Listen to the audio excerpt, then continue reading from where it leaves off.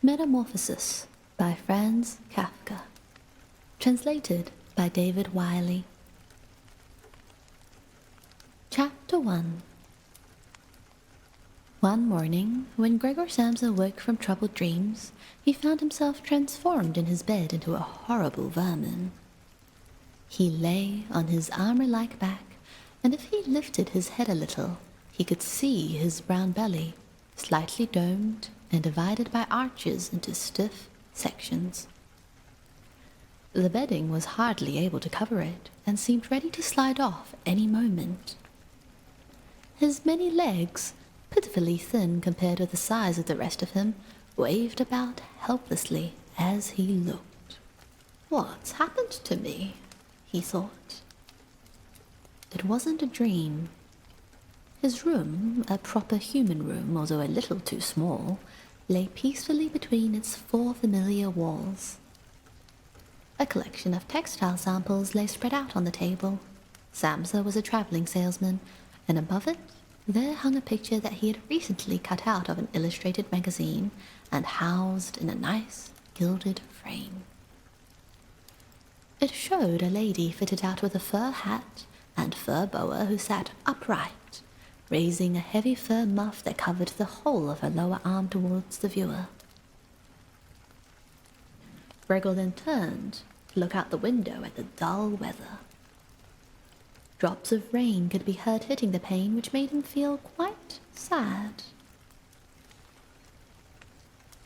"How about if I sleep a little longer and forget all this nonsense?" he thought. But that was something he was unable to do because he was used to sleeping on his right, and in his present state couldn't get into that position. However hard he threw himself onto his right, he always rolled back to where he was. He must have tried it 100 times, shut his eyes so that he wouldn't have to look at the floundering legs, and only stopped when he began to feel a mild, dull pain there that he had never felt before. "Oh God," he thought, "what a strenuous career it is that I've chosen, traveling day in and day out. Doing business like this takes much more effort than doing your own business at home, and on top of that, there's the curse of traveling, worries about making train connections, bad and irregular food, contact with different people all the time so that you can never get to know anyone or become friendly with them. It can all go to hell." He felt a slight itch up on his belly, pushed himself slowly up on his back towards the headboard so that he could lift his head better, found where the itch was and saw that it was covered with lots of little white spots, which he didn't know what to make of, and when he tried to feel the place with one of his legs, he drew it quickly back, because as soon as he touched it, he was overcome by a cold shudder. He slid back into his former position. "Getting up early all the time," he thought. "It makes you stupid. You've got to get enough sleep. Other traveling salesmen live a life of luxury. For instance, whenever I go back to the guest house during the morning to copy out the contract, these gentlemen are always still sitting there eating their breakfasts. I ought to just try that with my boss. I'd get kicked out on the spot. But who knows? Maybe that would be the best thing for me. If I didn't have my parents to think about, I'd have given in my notice a long time ago. I'd have gone up to the boss and told him just what I think, tell him everything I would, let him know just what I feel. He'd fall right off his desk. And it's a funny sort of business to be sitting up there at your desk, talking down at your subordinates from up there, especially when you have to go right up close because the boss is hard of hearing. Well, there's still some hope. Once I've gotten the money together to pay off my parents' debt to him, another 5 or 6 years, I suppose. That's definitely what I'll do. That's when I'll make the big change. First of all, though, I've got to get up. My train leaves at 5. And he looked over at the alarm clock, ticking on the chest of drawers. God in heaven, he thought. It was 6:30, and the hands were quietly moving forwards. It was even later than 7:30, more like 7:15. Had the alarm clock not rung? He could see from the bed that it had been set for 4 o'clock, as it should have been. It certainly must have rung. Yes, but was it possible to quietly sleep through that furniture-rattling noise? True, he had not slept peacefully, but probably all the more deeply because of that. What should he do now? The next train went at 7. If he were to catch that, he would have to rush like mad, and the collection of samples was still not packed. And he did not at all feel particularly fresh and lively. And even if he did catch the train, he would not avoid his boss's anger, as the office assistant would have been there to see the 5 o'clock train go. He would have put in his report about Gregor's not being there a long time ago. The office assistant was the boss's man, spineless and with no understanding. What about if he reported sick? But that would be extremely strange and suspicious, as in 5 years of service, Gregor had never once yet been ill.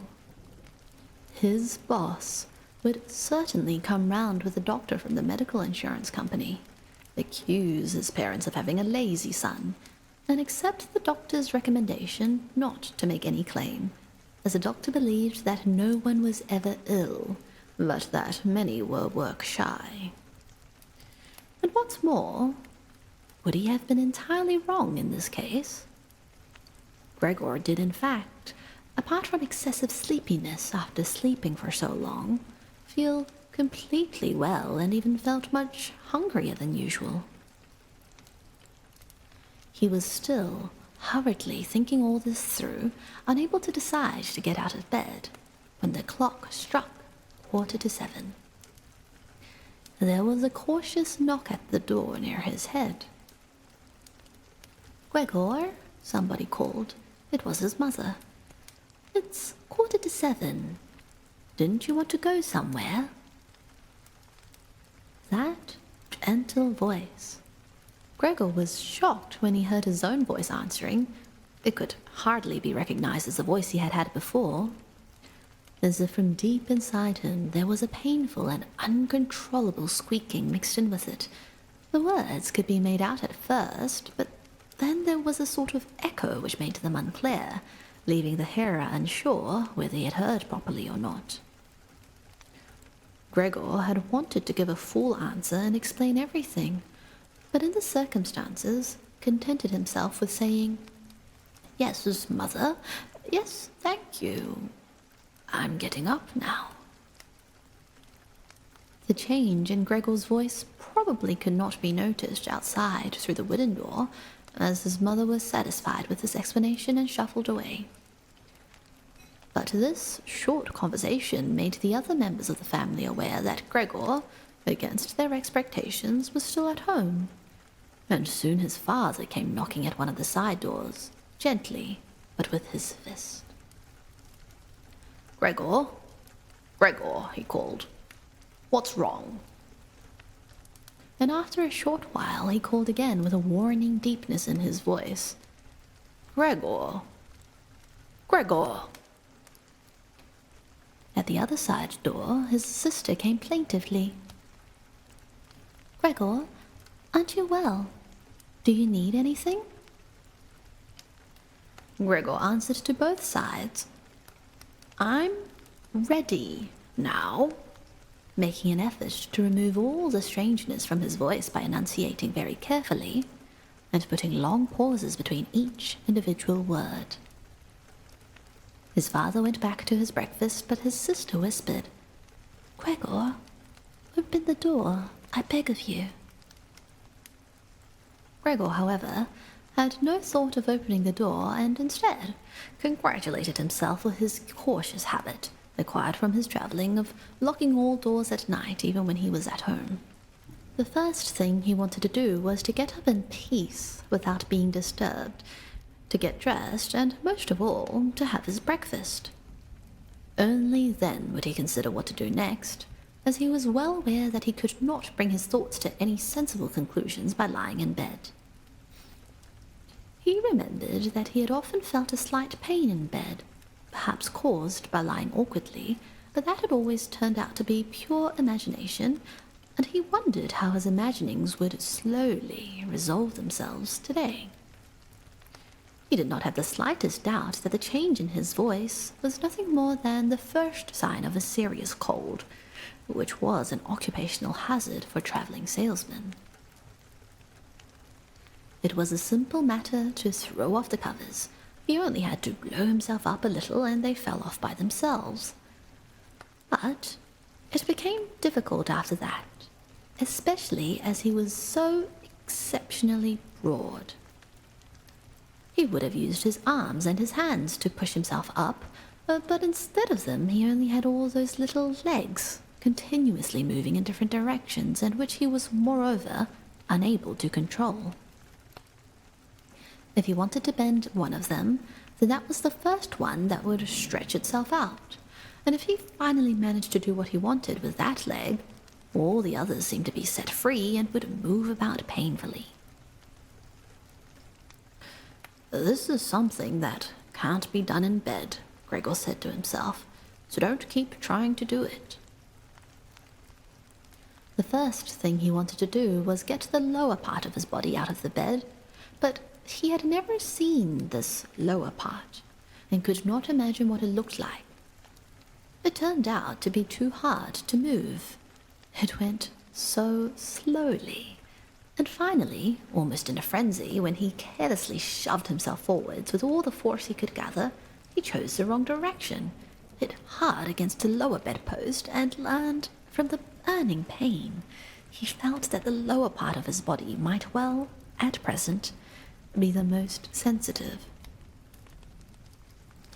So then, he tried to get the top part of his body out of the bed first, carefully turning his head to the side.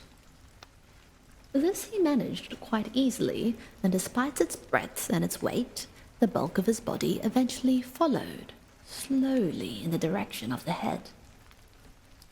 But when he had at last got his head out of the bed and into the fresh air, it occurred to him that if he let himself fall, it would be a miracle if his head were not injured, so he became afraid to carry on pushing himself forward the same way.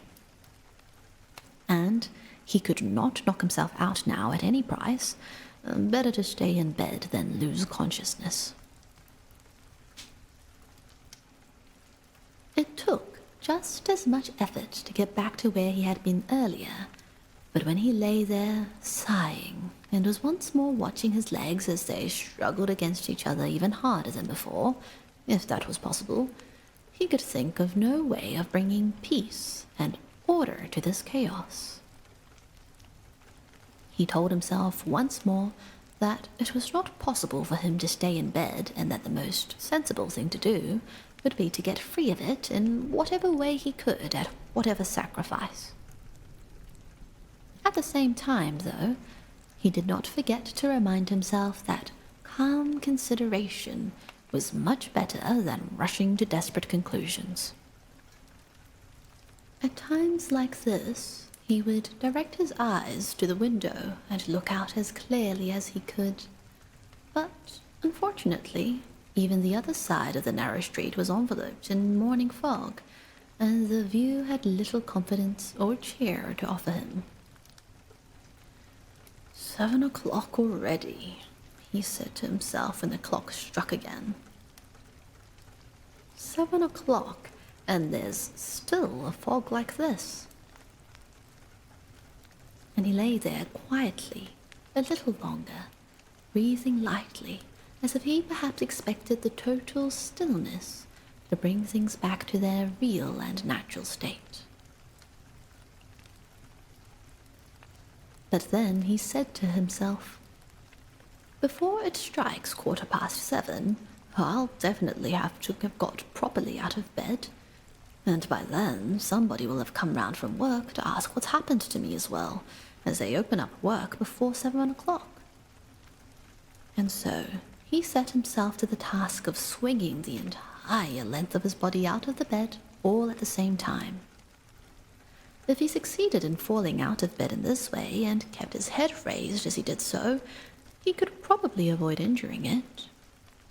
His back seemed to be quite hard, and probably nothing would happen to it falling onto the carpet.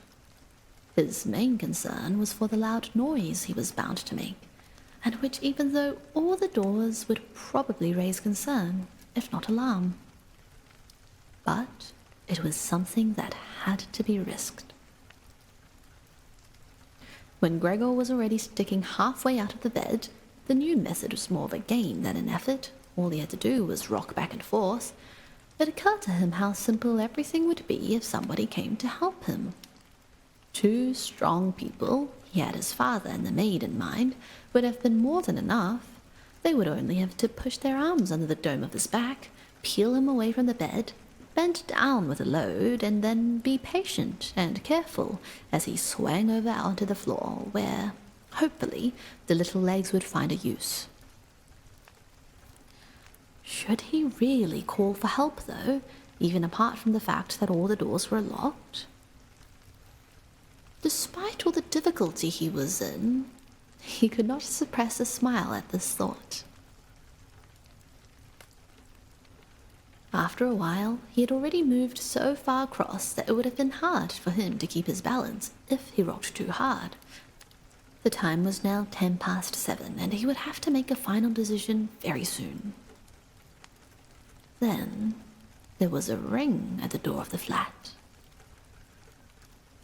"That'll be someone from work," he said to himself, and froze very still, although his little legs only became all the more lively as they danced around. For a moment, everything remained quiet. "They're not opening the door," Gregor said to himself, caught in some nonsensical hope. But then, of course, the maid's firm steps went through the door as ever and opened it. Gregor only needed to hear the visitor's first words of greeting, and he knew who it was. The chief clerk himself.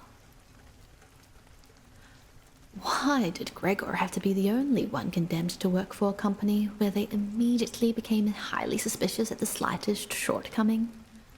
Were all employees, every one of them, louts? Was there not one of them who was faithful and devoted, who would go on so mad with pangs of conscience that he couldn't get out of bed if he didn't spend at least a couple of hours in the morning on company business?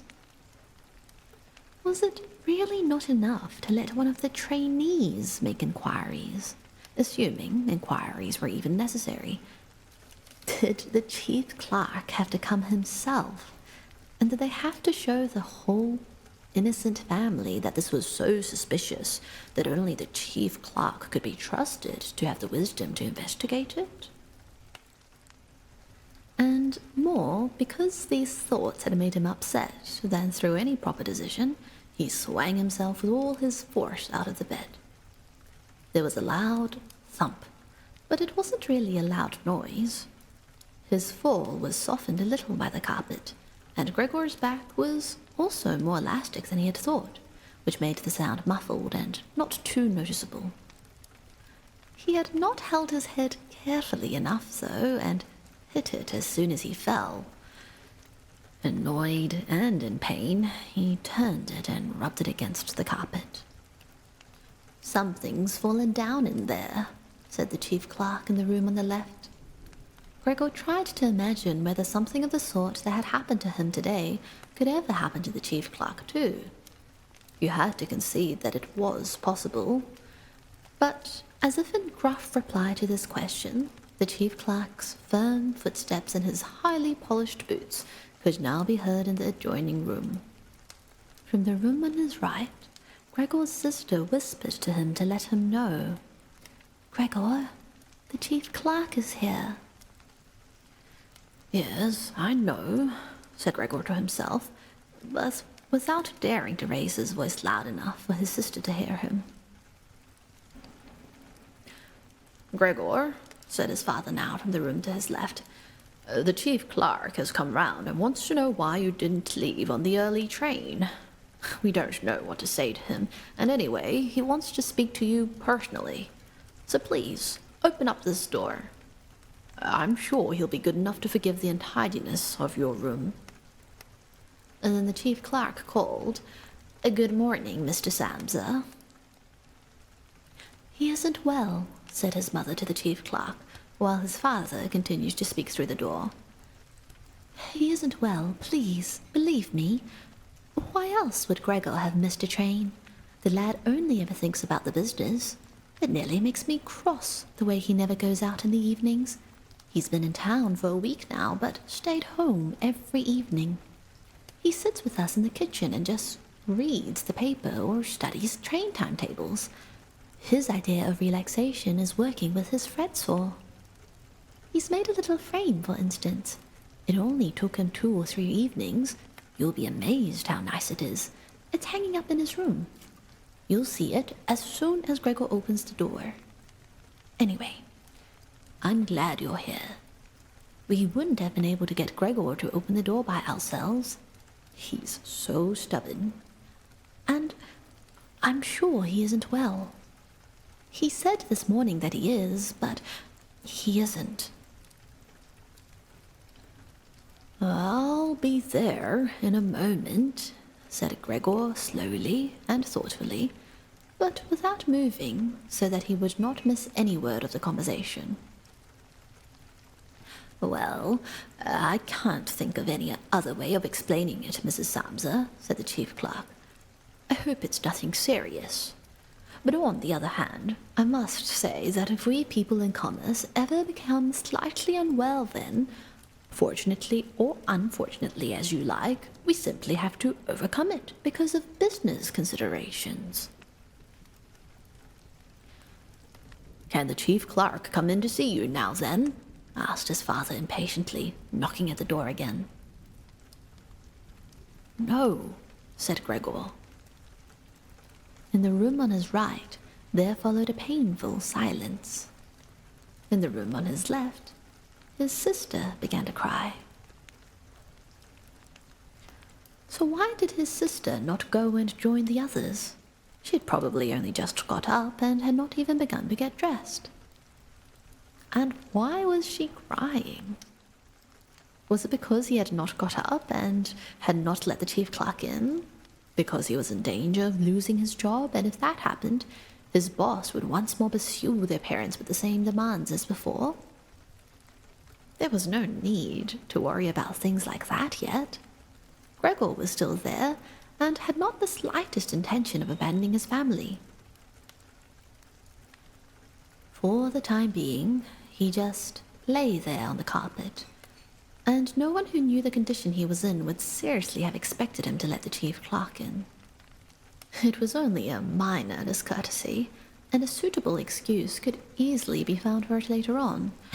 It was not something for which Gregor could be sacked on the spot. And it seemed to Gregor much more sensible to leave him now in peace, instead of disturbing him with talking at him and crying. But the others didn't know what was happening. They were worried. That would excuse their behavior. The chief clerk now raised his voice. "Mr. Samsa," he called to him, "what is wrong? You barricade yourself in your room. Give us no more than yes or no for an answer. You are causing serious and unnecessary concern to your parents, and you fail, and I mention this just by the way, you fail to carry out your business duties in a way that is quite unheard of. I'm speaking here on behalf of your parents and of your employer, and really must request a clear and immediate explanation. I am astonished, quite astonished. I thought I knew you as a calm and sensible person, and now you suddenly seem to be showing off with peculiar whims. This morning, your employer did suggest a possible reason for your failure to appear. It's true. It had to do with the money that was recently entrusted to you, but I came near to giving him my word of honor that could not be the right explanation. But now that I see your incomprehensible stubbornness, I no longer feel any wish whatsoever to intercede on your behalf. And nor is your position all that secure. I had originally intended to say all this to you in private, but since you cause me to waste my time here for no good reason, I don't see why your parents should not also learn of it. Your turnover has been very unsatisfactory of late. I grant you that it's not the time of year to do especially good business, we recognize that. But there simply is no time of year to do no business at all, Mr. Samsa. We cannot allow there to be. But, sir, called Gregor beside himself, and forgetting all else in the excitement, I'll open up immediately. Just a moment. I'm slightly unwell, and an attack of dizziness. I haven't been able to get up. I'm still in bed now. I'm quite fresh again now, though. I'm just getting out of bed. Just a moment. Be patient. It's not quite as easy as I'd thought. I'm quite all right now, though. It's shocking what can suddenly happen to a person. I was quite all right last night. My parents know about it, perhaps better than me. I had a small symptom of it last night already. They must have noticed it. I don't know why I didn't let you know at work, but you always think you can get over an illness without staying at home. Please, don't make my parents suffer. There's no basis for any of the accusations you're making. Nobody's ever said a word to me about any of these things. Maybe you haven't read the latest contracts I sent in. I'll set off with the 8 o'clock train as well. These few hours of rest have given me strength. You don't need to wait, sir. I'll be in the office soon after you, and please, be so good as to tell that to the boss and recommend me to him. And while Gregor gushed out these words, hardly knowing what he was saying, he made his way over to the chest of drawers. This was easily done, probably because of the practice he had already had in bed, where he now tried to get himself upright. He really did want to open the door. I really did want to let them see him and to speak with the chief clerk. The others were being so insistent, and he was curious to learn what they would say when they caught sight of him. If they were shocked, then it would no longer be Gregor's responsibility, and he could rest. If, however, they took everything calmly, he would still have no reason to be upset, and if he hurried, he really could be at the station for 8 o'clock. The first few times he tried to climb up on the smooth chest of drawers, he just slid down again. But he finally gave himself one last swing and stood there upright. The lower part of his body was in serious pain, but he no longer gave any attention to it. Now, he let himself fall against the back of a nearby chair and held tightly to the edges of it with his little legs. By now, he had also calmed down and kept quiet so that he could listen to what the chief clerk was saying. "Did you understand a word of all that?" the chief clerk asked his parents. "Surely he's not trying to make fools of us." "Oh, God," called his mother, who was already in tears. "He could be seriously ill, and we're making him suffer. Grete, Grete," she then cried. "Mother?" his sister called from the other side. They communicated across Gregor's room. "You'll have to go for the doctor straight away. Gregor is ill. Quick, get the doctor. Did you hear the way Gregor spoke just now?" "That was the voice of an animal," said the chief clerk with a calmness that was in contrast with his mother's screams. "Anna? Anna!" his father called into the kitchen through the entrance hall, clapping his hands. "Get a locksmith here, now." And the two girls, their skirts swishing immediately ran out through the hall, wrenching open the front door of the flat as they went. How had his sister managed to get dressed so quickly? There was no sound of the door being shut again. They must have left it open. People often do in homes where something awful has happened. Gregor, in contrast, had become much calmer. So, they couldn't understand his words anymore, although they seemed clear enough to him, clearer than before. Perhaps his ears had become used to the sound. They had realized, though, that there was something wrong with him and were ready to help. The first response to his situation had been confident and wise, and that made him feel better. He felt that he had been drawn back in among people, and from the doctor and the locksmith he expected great and surprising achievements, although he did not really distinguish one from the other. Whatever was said next would be crucial, so in order to make his voice as clear as possible, he coughed a little, but taking care to do this not too loudly, as even this might well sound different from the way that a human coughs, and he was no longer sure he could judge this for himself. Meanwhile, it had become very quiet in the next room.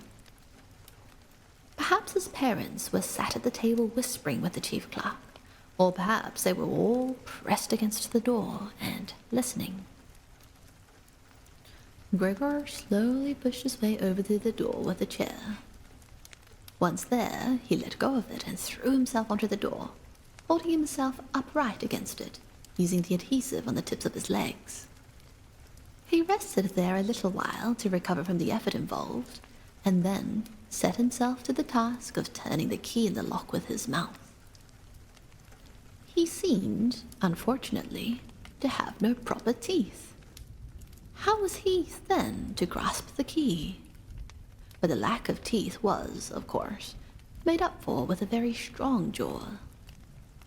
Using the jaw, he really was able to start the key turning, ignoring the fact that he must have been causing some kind of damage as a brown fluid came from his mouth, flowed over the key, and dripped onto the floor.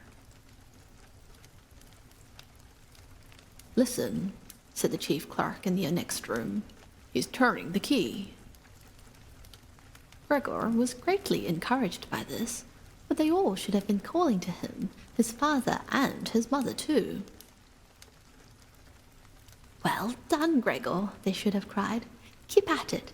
Keep hold of the lock." And with the idea that they were all excitedly following his efforts, he bit on the key with all his strength, paying no attention to the pain he was causing himself.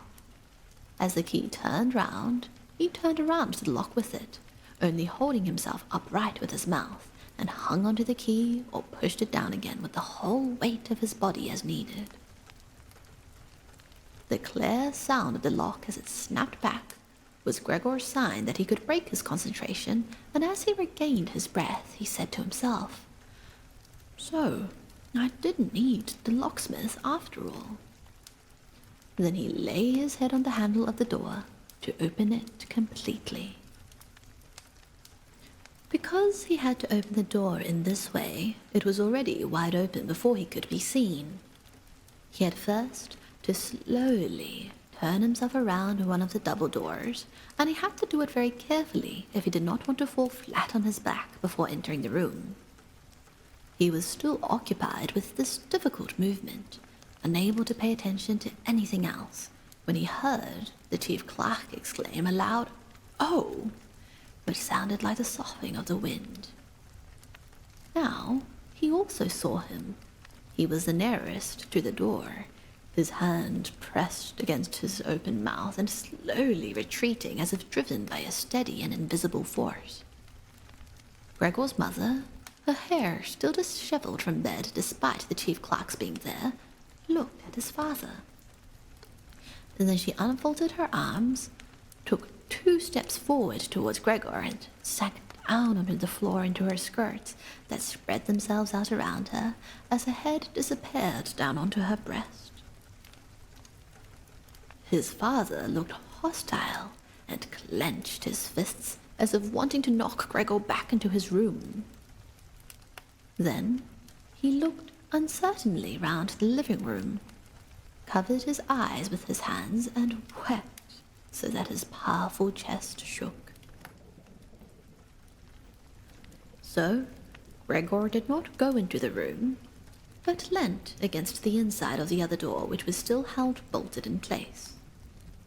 In this way, only half of his body could be seen, along with his head above it, which he leant over to one side as he peered out at the others. Meanwhile, the day had become much lighter. Part of the endless grey-black building on the other side of the street, which was a hospital, could be seen quite clearly with the austere and regular line of windows piercing its facade. The rain was still falling, now throwing down large, individual droplets, which hit the ground one at a time. The washing up from breakfast lay on the table. There was so much of it because, for Gregor's father, breakfast was the most important meal of the day, and he would stretch it out for several hours as he sat reading a number of different newspapers. On the wall exactly opposite, there was a photograph of Gregor when he was a lieutenant in the army, his sword in his hand, and a carefree smile on his face as he called forth respect for his uniform and bearing. The door to the entrance hall was open, and as the front door of the flat was also open, he could see onto the landing and the stairs where they began their way down below. "Now then," said Gregor, well aware that he was the only one to have kept calm, "I'll get dressed straight away now, pack up my samples, and set off. Will you please just let me leave? You can see," he said to the chief clerk, "that I'm not stubborn, and I like to do my job. Being a commercial traveller is arduous, but without travelling, I couldn't earn my living. So, where are you going? Into the office? Yes. Will you report everything accurately then? It's quite possible for someone to be temporarily unable to work, but that's just the right time to remember what's been achieved in the past, and consider that later on. Once the difficulty has been removed, he will certainly work with all the more diligence and concentration. You're well aware that I'm seriously in debt to our employer as well as having to look after my parents and my sister, so that I'm trapped in a difficult situation, but I will work my way out of it again. Please, don't make things any harder for me than they are already, and don't take sides against me at the office. I know that nobody likes the travellers. They think we earn an enormous wage, as well as having a soft time of it. That's just prejudice, but they have no particular reason to think better of it. But you, sir, you have a better overview than the rest of the staff. In fact, if I could say this in confidence, a better overview than the boss himself. It's very easy for a businessman like him to make mistakes about his employees and judge them more harshly than he should. And you're also well aware that we travellers spend almost the whole year away from the office, so that we can fall very easily victim to gossip and chance and groundless complaints, and it's almost impossible to defend yourself from that sort of thing. We don't usually even hear about them, or if at all, it's when we arrive back home exhausted from a trip, and that's when we feel the harmful effects of what's been going on without even knowing what caused them. Please, don't go away. At least first say something to show that you grant that I'm at least partly right." But the chief clerk had turned away as soon as Gregor had started to speak, and, with protruding lips, only stared back at him over his trembling shoulders as he left. He did not keep still for a moment while Gregor was speaking, but moved steadily towards the door without taking his eyes off him. He moved very gradually, as if there had been some secret prohibition on leaving the room.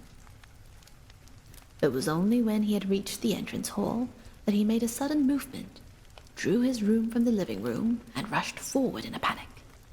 In the hall, he stretched his right hand far out towards the staircase as if out there was some supernatural force waiting to save him. Gregor realized that it was out of the question to let the chief clerk go away in this mood if his position in the firm was not to be put into extreme danger. That was something his parents did not understand very well. Over the years, they had become convinced that this job would provide for Gregor for his entire life. And besides, they had so much to worry about at present that they had lost sight of any thought for the future. Gregor, though, did think about the future. The chief clerk had to be held back, calmed down, convinced, and finally won over. The future of Gregor and his family depended on it. If only his sister was here. She was clever. She was already in tears while Gregor was still lying peacefully on his back. And if the chief clerk was a lover of women, surely she could persuade him. She would close the front door in the entrance hall and talk him out of his shocked state. But his sister was not there.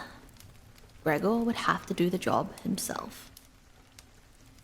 And without considering that he was still not familiar with how well he could move about in his present state, or that his speech still might not, or probably would not, be understood, he let go of the door, pushed himself through the opening, tried to reach the chief clerk on the landing, who, ridiculously, was holding onto the banister with both hands. But Gregor fell immediately over, and with a little scream, as he sought something to hold on to, landed on his numerous little legs. Hardly had that happened then, for the first time that day, he began to feel all right with his body. His little legs had the solid ground under them, and to his pleasure, they did exactly as he told them. They were even making the effort to carry him where he wanted to go, and he was soon believing that all his sorrows would soon be finally at an end. He held back the urge to move, but swayed from side to side as he crouched there on the floor. His mother was not far away in front of him and seemed, at first, quite engrossed in herself, but then she suddenly jumped up with her arms outstretched and her fingers spread, shouting, "Help! For pity's sake, help!" The way she held her head suggested she wanted to see Gregor better, but the unthinking way she was hurrying backward showed that she did not. She had forgotten that the table was behind her with all the breakfast things on it. When she reached the table, she sat quickly down on it, without knowing what she was doing, without even seeming to notice that the coffee pot had been knocked over, and a gush of coffee was pouring down onto the carpet. "Mother, Mother," said Gregor gently, looking up at her. He had completely forgotten the chief clerk for the moment, but could not help himself snapping in the air with his jaws at the sight of the flow of coffee. That set his mother screaming anew. She fled from the table into the arms of his father as he rushed towards her. Gregor, though, had no time to spare for his parents now. The chief clerk had already reached the stairs, with his chin on the banister. He looked back for the last time. Gregor made a run for him. He wanted to be sure of reaching him. The chief clerk must have been expecting something as he leapt down several steps at once and disappeared, his shouts resounding all around the staircase. The flight of the chief clerk seemed, unfortunately, to put Gregor's father into a panic as well.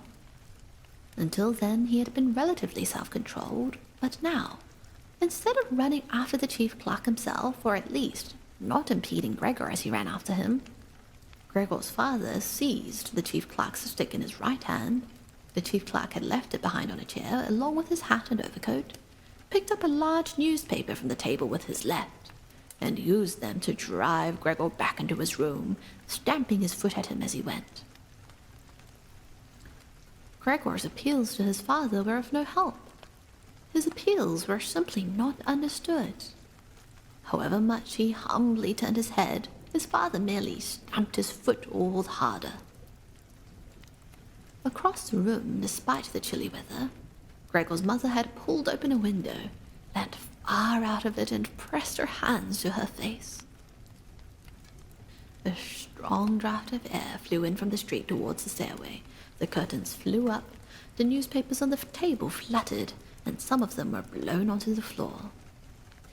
Nothing would stop Gregor's father as he drove him back, making hissing noises at him like a wild man. Gregor had never had any practice in moving backwards and was only able to go very slowly. If Gregor had only been allowed to turn around, he would have been back in his room straight away. But he was afraid that if he took the time to do that, his father would become impatient, and there was the threat of a lethal blow to his back or head from the stick in his father's hand at any moment. Eventually, though, Gregor realized that he had no choice, as he saw to his disgust that he was quite incapable of going backwards in a straight line, so he began, as quickly as possible and with frequent anxious glances at his father, to turn himself around. It went very slowly, but perhaps his father was able to see his good intentions as he did nothing to hinder him. In fact, now and then he used the tip of his stick to give directions from a distance as to which way to turn. If only his father would stop that unbearable hissing. It was making Gregor quite confused. When he had nearly finished turning round, still listening to that hissing, he made a mistake and turned himself back a little the way he had just come. He was pleased when he finally had his head in front of the doorway, but then saw that it was too narrow, and his body was too broad to get through it without further difficulty. In his present mood, it obviously did not occur to his father to open the other of the double doors so that Gregor would have enough space to get through. He was merely fixed on the idea that Gregor should be got back into his room as quickly as possible. Nor would he ever have allowed Gregor the time to get himself upright as preparation for getting through the doorway. What he did, making more noise than ever, was to drive Gregor forwards all the harder, as if there had been nothing in the way. It sounded to Gregor as if there was now more than one father behind him. It was not a pleasant experience, and Gregor pushed himself into the doorway without regard for what might happen. One side of his body lifted itself. He lay at an angle in the doorway, one flank scraped on the white door and was painfully injured, leaving vile brown flecks on it. Soon he was stuck fast and would not have been able to move at all by himself. The little legs along one side hung quivering in the air, while those on the other side were pressed painfully against the ground. Then his father gave him a hefty shove from behind, which released him from where he was held and sent him flying and heavily bleeding deep into his room. The door was slammed shut with the stick. Then finally, all was quiet. Chapter 2. It was not until it was getting dark that evening that Gregor awoke from his deep and coma-like sleep. He would have woken soon afterwards anyway, even if he hadn't been disturbed, as he had had enough sleep and felt fully rested. But he had the impression that some hurried steps and the sound of the door leading into the front room being carefully shut had woken him. The light from the electric street lamps shone palely here and there onto the ceiling and tops of the furniture, but down below, where Gregor was, it was dark. He pushed himself over to the floor, feeling his way clumsily with his antennae, of which he was now beginning to learn the value, in order to see what had been happening there.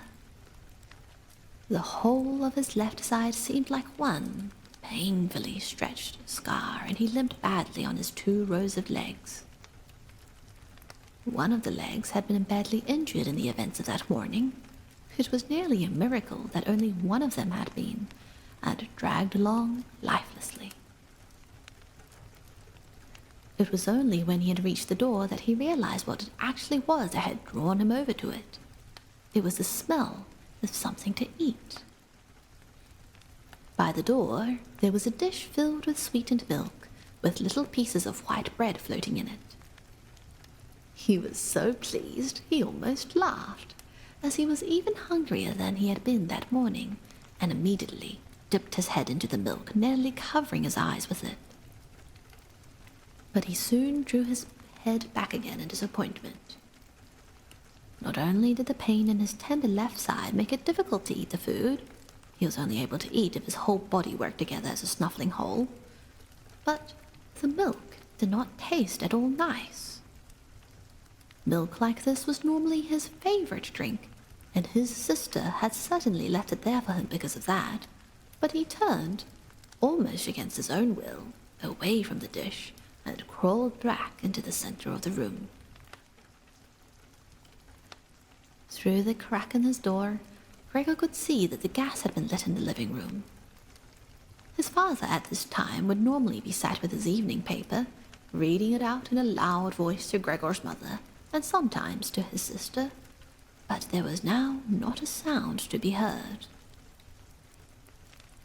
Gregor's sister would often write and tell him about this reading, but maybe his father had lost the habit in recent times. It was so quiet all around too, even though there must have been somebody in the flat. "What a quiet life it is the family lead," said Gregor to himself, and, gazing into the darkness, felt a great pride that he was able to provide a life like that in such a nice home for his sister and parents. But what now if all this peace and wealth and comfort should come to a horrible and frightening end? That was something that Gregor did not want to think about too much, so he started to move about, crawling up and down the room. Once, during that long evening, the door on one side of the room was opened very slightly and hurriedly closed again. Later, on the door on the other side did the same. It seemed that someone needed to enter the room, but thought better of it. Gregor went and waited immediately by the door, resolved either to bring the timorous visitor into the room in some way, or at least to find out who it was, but the door was opened no more that night, and Gregor waited in vain. The previous morning, while the doors were locked, everyone had wanted to get in there to him, but now that he had opened up one of the doors and the other had clearly been unlocked sometime during the day, no one came, and the keys were in the other sides. It was not until late at night that the gas light in the living room was put out, and now it was easy to see that his parents and sister had stayed awake all that time, and they could all be distinctly heard as they went away together on tiptoe. It was clear that no one would come into Gregor's room any more until morning. That gave him plenty of time to think undisturbed about how he would have to rearrange his life. For some reason, the tall, empty room where he was forced to remain made him feel uneasy as he lay there flat on the floor, even though he had been living in it for 5 years. Hardly aware of what he was doing other than a slight feeling of shame, he hurried under the couch. It pressed down on his back a little, and he was no longer able to lift his head.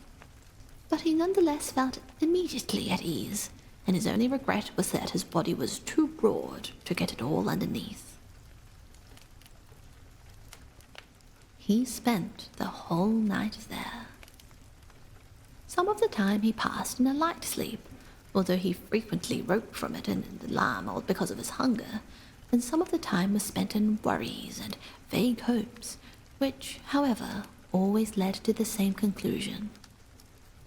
For the time being, he must remain calm. He must show patience and the greatest consideration, so that his family could bear the unpleasantness that he, in his present condition, was forced to impose on them. Gregor soon had the opportunity to test the strength of his decisions, as early the next morning, almost before the night had ended, his sister, nearly fully dressed, opened the door from the front room and looked anxiously in. She did not see him straight away, but when she did notice him under the couch, he had to be somewhere for God's sake, he couldn't have flown away. She was so shocked that she lost control of herself and slammed the door shut again from outside. but she seemed to regret her behavior as she opened the door again straight away and came in on tiptoe, as if entering the room of someone seriously ill, or even of a stranger. Gregor had pushed his head forward, right to the edge of the couch, and watched her. Would she notice that he had left the milk as it was, realize that it was not from any lack of hunger, and bring him some other food that was more suitable? If she didn't do it herself, he would rather go hungry than draw her attention to it. Also, he did feel a terrible urge to rush forward from under the couch, throw himself at his sister's feet, and beg her for something good to eat. However, his sister noticed the full dish immediately and looked at it, and the few drops of milk splashed around it with some surprise. She immediately picked it up, using a rag, not her bare hands, and carried it out. Gregor was extremely curious as to what she would bring in its place, imagining the wildest possibilities, but he never could have guessed what his sister, in her goodness, actually did bring. In order to test his taste, she brought him a whole selection of things, all spread out on an old newspaper. There were old, half-rotten vegetables, bones from the evening meal covered in white sauce that had gone hard, a few raisins and almonds, some cheese that Gregor had declared inedible 2 days before, a dry roll, and some bread spread with butter and salt. As well as all that, she had poured some water into the dish, which had probably been permanently set aside for Gregor's use, and placed it beside them. Then, out of consideration for Gregor's feelings, as she knew that he would not eat in front of her, she hurried out again and even turned the key in the lock, so that Gregor would know he could make things as comfortable for himself as he liked.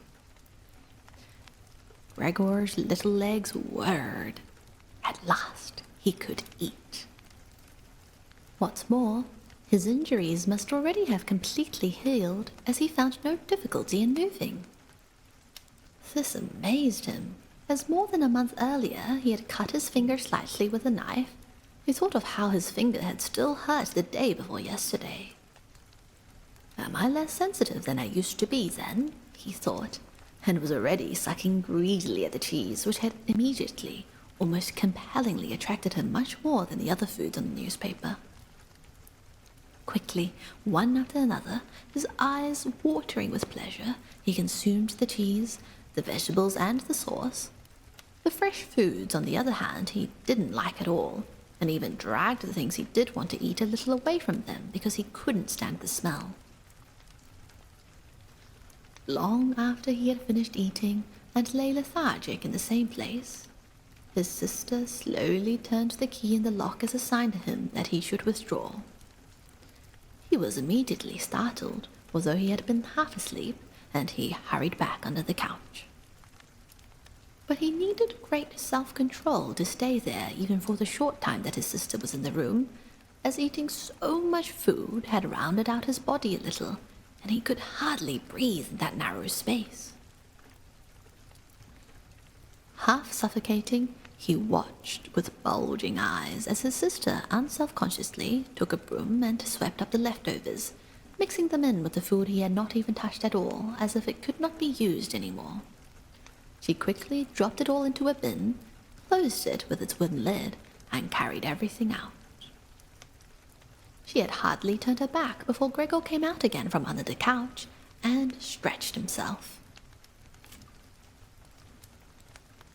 This was how Gregor received his food each day now, once in the morning while his parents and the maid were still asleep, and the second time after everyone had eaten their meal at midday, as his parents would sleep for a little while then as well, and Gregor's sister would send the maid away on some errand. Gregor's father and mother certainly did not want him to starve either, but perhaps it would have been more than they could stand to have any more experience of his feeding than being told about it, and perhaps his sister wanted to spare them what distress she could, as they were indeed suffering enough. It was impossible for Gregor to find out what they had told the doctor and the locksmith that first morning to get them out of the flat. As nobody could understand him, nobody, not even his sister, thought that he could understand them, so he had to be content to hear his sister's sighs and appeals to the saints as she moved about his room. It was only later, when she had become a little more used to everything. There was, of course, no question of her ever becoming fully used to the situation, that Gregor would sometimes catch a friendly comment, or at least a comment that could be construed as friendly. "He's enjoyed his dinner today," she might say, when he had diligently cleared away all the food left for him, or if he left most of it, which slowly became more and more frequent, she would often say sadly, "Now everything's just been left there again." Although Gregor wasn't able to hear any news directly, he did listen to much of what was said in the next rooms, and whenever he heard anyone speaking, he would scurry straight to the appropriate door and press his whole body against it. There was seldom any conversation, especially at first, that was not about him in some way, even if only in a secret. For 2 whole days, all the talk at every mealtime was about what they should do now. But even between meals, they spoke about the same subject, as there were always at least 2 members of the family at home. Nobody wanted to be at home by themselves, and it was out of the question to leave the flat entirely empty. And on the first day, the maid had fallen to her knees and begged Gregor's mother to let her go without delay. It was not very clear how much she knew of what had happened, but she left within a quarter of an hour, tearfully thanking Gregor's mother for her dismissal, as if she had done her an enormous service. She even swore emphatically not to tell anyone the slightest about what had happened, even though no one had asked that of her. Now Gregor's sister also had to help his mother with the cooking, although that was not so much bother, as no one ate very much. Gregor often heard how one of them would unsuccessfully urge another to eat, and received no more answer than, "No thanks, I've had enough," or something similar. No one drank very much either. His sister would sometimes ask his father whether he would like a beer, hoping for the chance to go fetch it herself. When his father then said nothing, she would add, so that he would not feel selfish, that she could send the housekeeper for it, but then his father would close the matter with a big loud "no," and no more would be said. Even before the first day had come to an end, his father had explained to Gregor's mother and sister what their finances and prospects were. Now and then he stood up from the table and took some receipt or document from the little cash box he had saved from his business when it had collapsed 5 years earlier. Gregor heard how he opened the complicated lock and then closed it again after he had taken the item he had wanted. What he heard his father say was some of the first good news that Gregor had heard since he had first been incarcerated in his room. He had thought that nothing at all remained from his father's business. At least, he had never told him anything different, and Gregor had never asked him about it anyway. Their business misfortune had reduced the family to a state of total despair, and Gregor's only concern at the time had been to arrange things so that they could all forget about it as quickly as possible. So then he started working especially hard, with a fiery vigor that raised him from a junior salesman to a traveling representative almost overnight, bringing with it the chance to earn money in quite different ways. Gregor converted his success at work straight into cash that he could lay on the table at home for the benefit of his astonished and delighted family. They had been good times, and they had never come again, at least not with the same splendor, even though Gregor had later earned so much that he was in a position to bear the costs of the whole family, and did bear them. They had even gotten used to it, both Gregor and the family. They took the money with gratitude, and he was glad to provide it, although there was no longer much warm affection given in return. Gregor only remained close to his sister now. Unlike him, she was very fond of music and a gifted and expressive violinist. It was his secret plan to send her to the conservatory next year, even though it would cause great expense that would have to be made up for in some other way. During Gregor's short periods in town, conversation with his sister would often turn to the conservatory, but it was only ever mentioned as a lovely dream that could never be realized. Their parents did not like to hear this innocent talk, but Gregor thought about it quite hard and decided he would let them know what he planned with a grand announcement of it on Christmas Day. That was the sort of totally pointless thing that went through his mind in his present state, pressed upright against the door and listening. There were times when he simply became too tired to continue listening, when his head would fall wearily against the door, and he would pull it up again with a start, as even the slightest noise he caused would be heard next door, and they would all go silent. "What's he doing now?" his father would say after a while, clearly having gone over to the door, and only then would the interrupted conversation slowly to be taken up again. When explaining things, his father repeated himself several times, partly because it was a long time since he had been occupied with these matters himself, and partly because Gregor's mother did not understand everything the first time. From these repeated explanations, Gregor learned, to his pleasure, that despite all their misfortunes, there was still some money available from the old days. It was not a lot, but it had not been touched in the meantime, and some interest had accumulated. Besides that, they had not been using up all the money that Gregor had been bringing home every month, keeping only a little for himself, so that, too, had been accumulating. Behind the door, Gregor nodded with enthusiasm in his pleasure at this unexpected thrift and caution.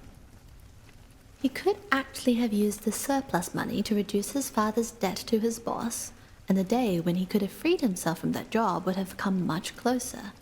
But now, it was certainly better the way his father had done things. This money, however, was certainly not enough to enable the family to live off the interest.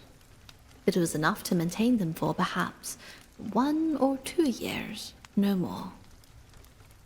That's to say, it was money that should not really be touched but set aside for emergencies. Money to live on had to be earned. His father was healthy but old, and lacking in self-confidence. During the 5 years that he had not been working, the first holiday in a life that had been full of strain and no success, he had put on a lot of weight and become very slow and clumsy. Would Gregor's elderly mother now have to go and earn money? She suffered from asthma, and it was the strain for her just to move about the home. Every other day would be spent struggling for breath on the sofa by the open window. Would his sister have to go and earn money? She was still a child of 17. Her life up till then had been very enviable, consisting of wearing nice clothes, sleeping late, helping out in the business, joining in with a few modest pleasures, and most of all, playing the violin. Whenever they began to talk of the need to earn money, Gregor would always first let go of the door and then throw himself onto the cool leather sofa next to it, as he became quite hot with shame and regret.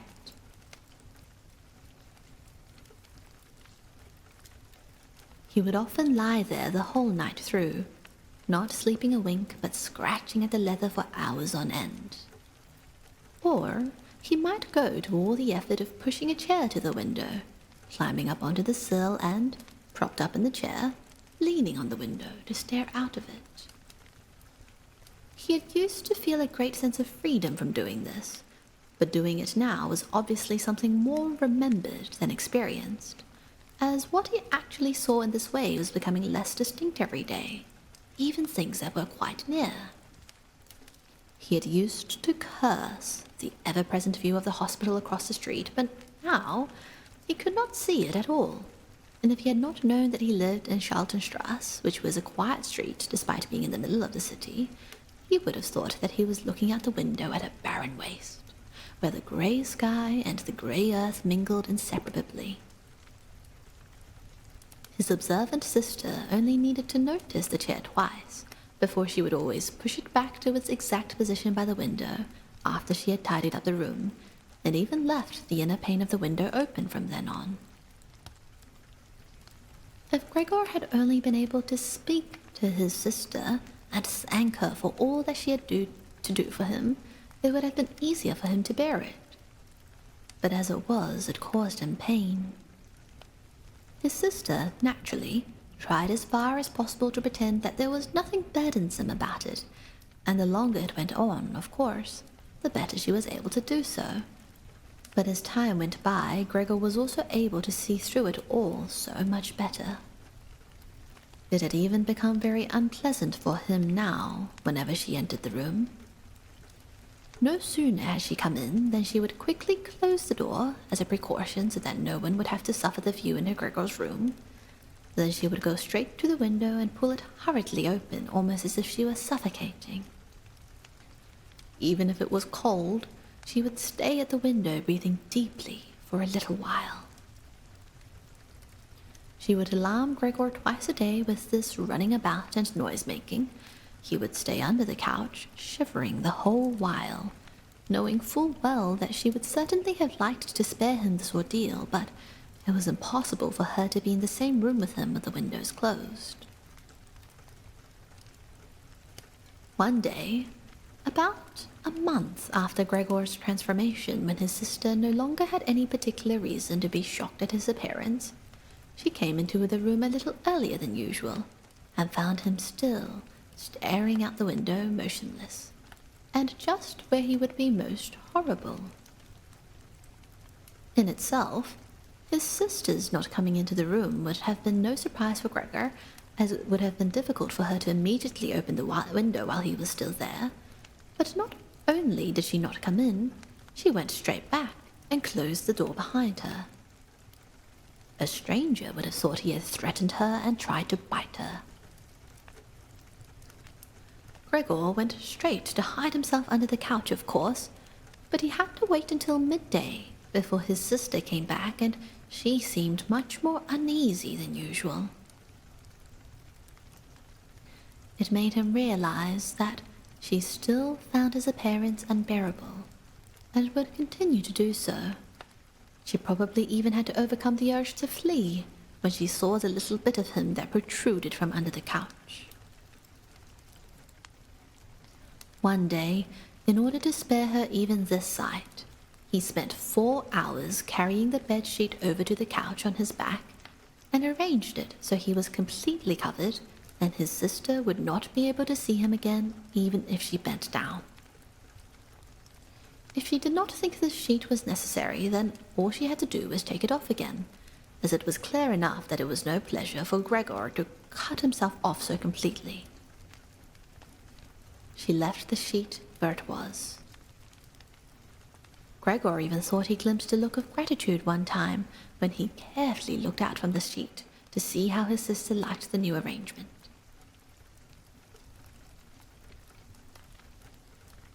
For the first 14 days, Gregor's parents could not bring themselves to come into the room to see him. He would often hear them say how they appreciated all the new work his sister was doing, even though, before, they had seen her as a girl who was somewhat useless and frequently been annoyed with her. But now the two of them, father and mother, would often both wait outside the door of Gregor's room while his sister tidied up in there, and as soon as she went out again she would have to tell them exactly how everything looked, what Gregor had eaten, how he had behaved this time, and whether, perhaps, any slight improvement could be seen. His mother also wanted to go in and visit Gregor relatively soon, but his father and sister at first persuaded her against it. Gregor listened very closely to all this and approved fully. Later, though, she had to be held back by force, which made her call out, "Let me go and see Gregor. He is my unfortunate son. Can't you understand I have to see him?" And Gregor would think to himself that maybe it would be better if his mother came in. Not every day, of course, but one day a week, perhaps. She could understand everything much better than his sister, who, For all her courage, was still just a child after all, and really might not have had an adult's appreciation of the burdensome job she had taken on.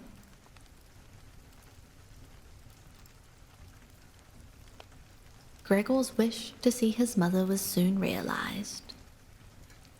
Out of consideration for his parents, Gregor wanted to avoid being seen at the window during the day.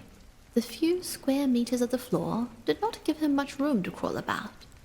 It was hard to just lie quietly through the night. His food soon stopped giving him any pleasure at all, and so, to entertain himself, he got into the habit of crawling up and down the walls and ceiling. He was especially fond of hanging from the ceiling. It was quite different from lying on the floor. He could breathe more freely.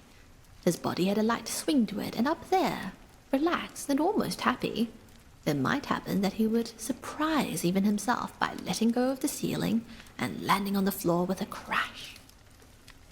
But now, of course, he had far better control of his body than before, and even with a fall as great as that, caused himself no damage. Very soon, his sister noticed Gregor's new way of entertaining himself.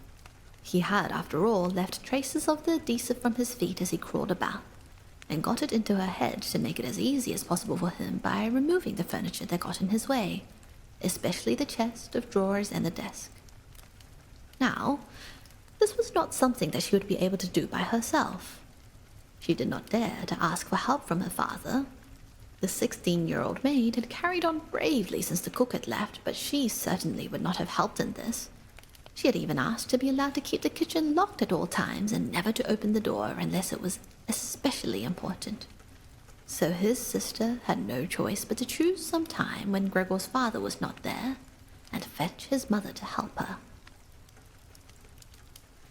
As she approached the room, Gregor could hear his mother express her joy, but once at the door, she went silent.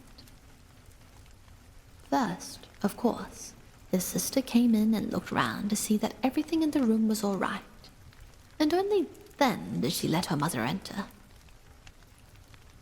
Gregor had hurriedly pulled the sheet down lower over the couch and put more fold into it so that everything really looked as if it had just been thrown down by chance. Gregor also refrained, this time, from spying out from under the sheet.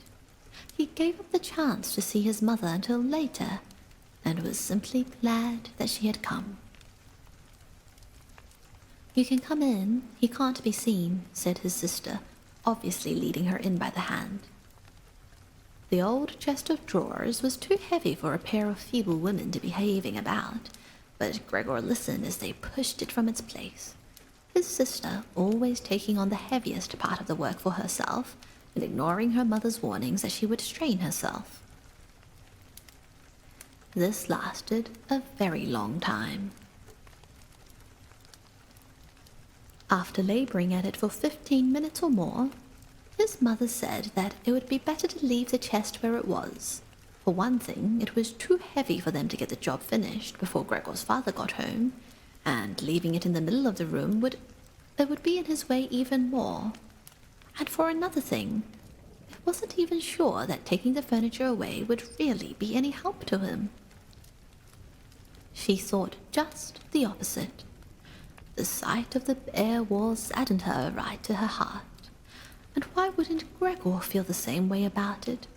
He'd been used to this furniture in his room for a long time, and it would make him feel abandoned to be in an empty room like that. Then, quietly, almost whispering as if wanting Gregor, whose whereabouts she did not know, to hear not even the tone of her voice, as she was convinced that he did not understand her words, she added, "And by taking the furniture away, won't it seem like we're showing that we've given up all hope of improvement and we're abandoning him to cope for himself? I think it'd be best to leave the room exactly the way it was before, so that when Gregor comes back to us again, he'll find everything unchanged, and he'll be able to forget the time in between all the easier." Hearing these words from his mother made Gregor realize that the lack of direct human communication along with the monotonous life led by the family during these 2 months, must have made him confused. He could think of no other way of explaining to himself why he had seriously wanted his room emptied out. Had he really wanted to transform his room into a cave, a warm room fitted out with the nice furniture he had inherited? That would have let him crawl around unimpeded in any direction, but it would also have let him quickly forget his past, when he had still been human. He had come very close to forgetting, and it had only been the voice of his mother, unheard for so long, that had shaken him out of it. Nothing should be removed. Everything had to stay. He could not do without the good influence the furniture had on his condition, and if the furniture made it difficult for him to crawl about mindlessly, that was not a loss, but a great advantage. His sister, unfortunately, did not agree. She had become used to the idea, not without reason, that she was Gregor's spokesman to his parents about the things that concerned him. This meant that his mother's advice now was sufficient reason for her to insist on removing not only the chest of drawers and the desk, as she had thought at first, but all the furniture apart from the all-important couch. It was more than childish perversity, of course, or the unexpected confidence that she had recently acquired that made her insist. She had indeed noticed that Gregor needed a lot of room to crawl about in, whereas the furniture, as far as anyone could see, was of no use to him at all. Girls of that age, though, do become enthusiastic about things and feel that they must get their way whenever they can. Perhaps this was what tempted Grete to make Gregor's situation seem even more shocking than it was, so that she could do even more for him. Grete would probably be the only one who would dare enter a room dominated by Gregor crawling about the bare walls by himself. So, she refused to let her mother dissuade her. Gregor's mother already looked uneasy in his room. She soon stopped speaking and helped Gregor's sister to get the chest of drawers out with what strength she had. The chest of drawers was something that Gregor could do without if he had to, but the writing desk had to stay. Hardly had the 2 women pushed the chest of drawers groaning out of the room than Gregor poked his head out from under the couch to see what he could do about it. He meant to be as careful and considerate as he could, but unfortunately, it was his mother who came back first, while Grete in the next room had her arms around the chest, pushing and pulling at it from side to side by herself, without, of course, moving it an inch. His mother was not used to the sight of Gregor. He might have made her ill, so Gregor hurried backwards to the far end of the couch. In his startlement, though, he was not able to prevent the sheet at his front from moving a little. It was enough to attract his mother's attention. She stood very still, remained there for a moment, and then went back out to Grete. Gregor kept trying to assure himself that nothing unusual was happening. It was just a few pieces of furniture being moved after all. But he soon had to admit that the women going to and fro their little calls to each other, the scraping of the furniture on the floor, all these things made him feel as if he were being assailed from all sides. With his head and legs pulled in against him and his body pressed to the floor, he was forced to admit to himself that he could not stand all of this much longer. They were emptying his room out, taking away everything that was dear to him. They had already taken out the chest containing his fret saw and other tools. Now they threatened to remove the writing desk with its place clearly worn into the floor. The desk where he had done his homework as a business trainee, at high school, even while he had been at infant school. He really could not wait any longer to see whether the 2 women's intentions were good. He had nearly forgotten they were there anyway, as they were now too tired to say anything while they worked, and he could only hear their feet as they stepped heavily on the floor. So While the women were leant against the desk in the other room catching their breath, he sallied out, changed direction 4 times, not knowing what he should save first, before his attention was suddenly caught by the picture on the wall, which was already denuded of everything else that had been on it, of the lady dressed in copious fur. He hurried up onto the picture and pressed himself against its glass. It held him firmly and felt good on his hot belly. This picture, at last, now totally covered by Gregor, would certainly be taken away by no one. He turned his head to face the door into the living room so that he could watch the women when they came back. They had not allowed themselves a long rest and came back quite soon. Ģēte had put her arm around her mother and was nearly carrying her. "What shall we take now, then?" said Ģēte, and looked around. Her eyes met those of Gregor on the wall.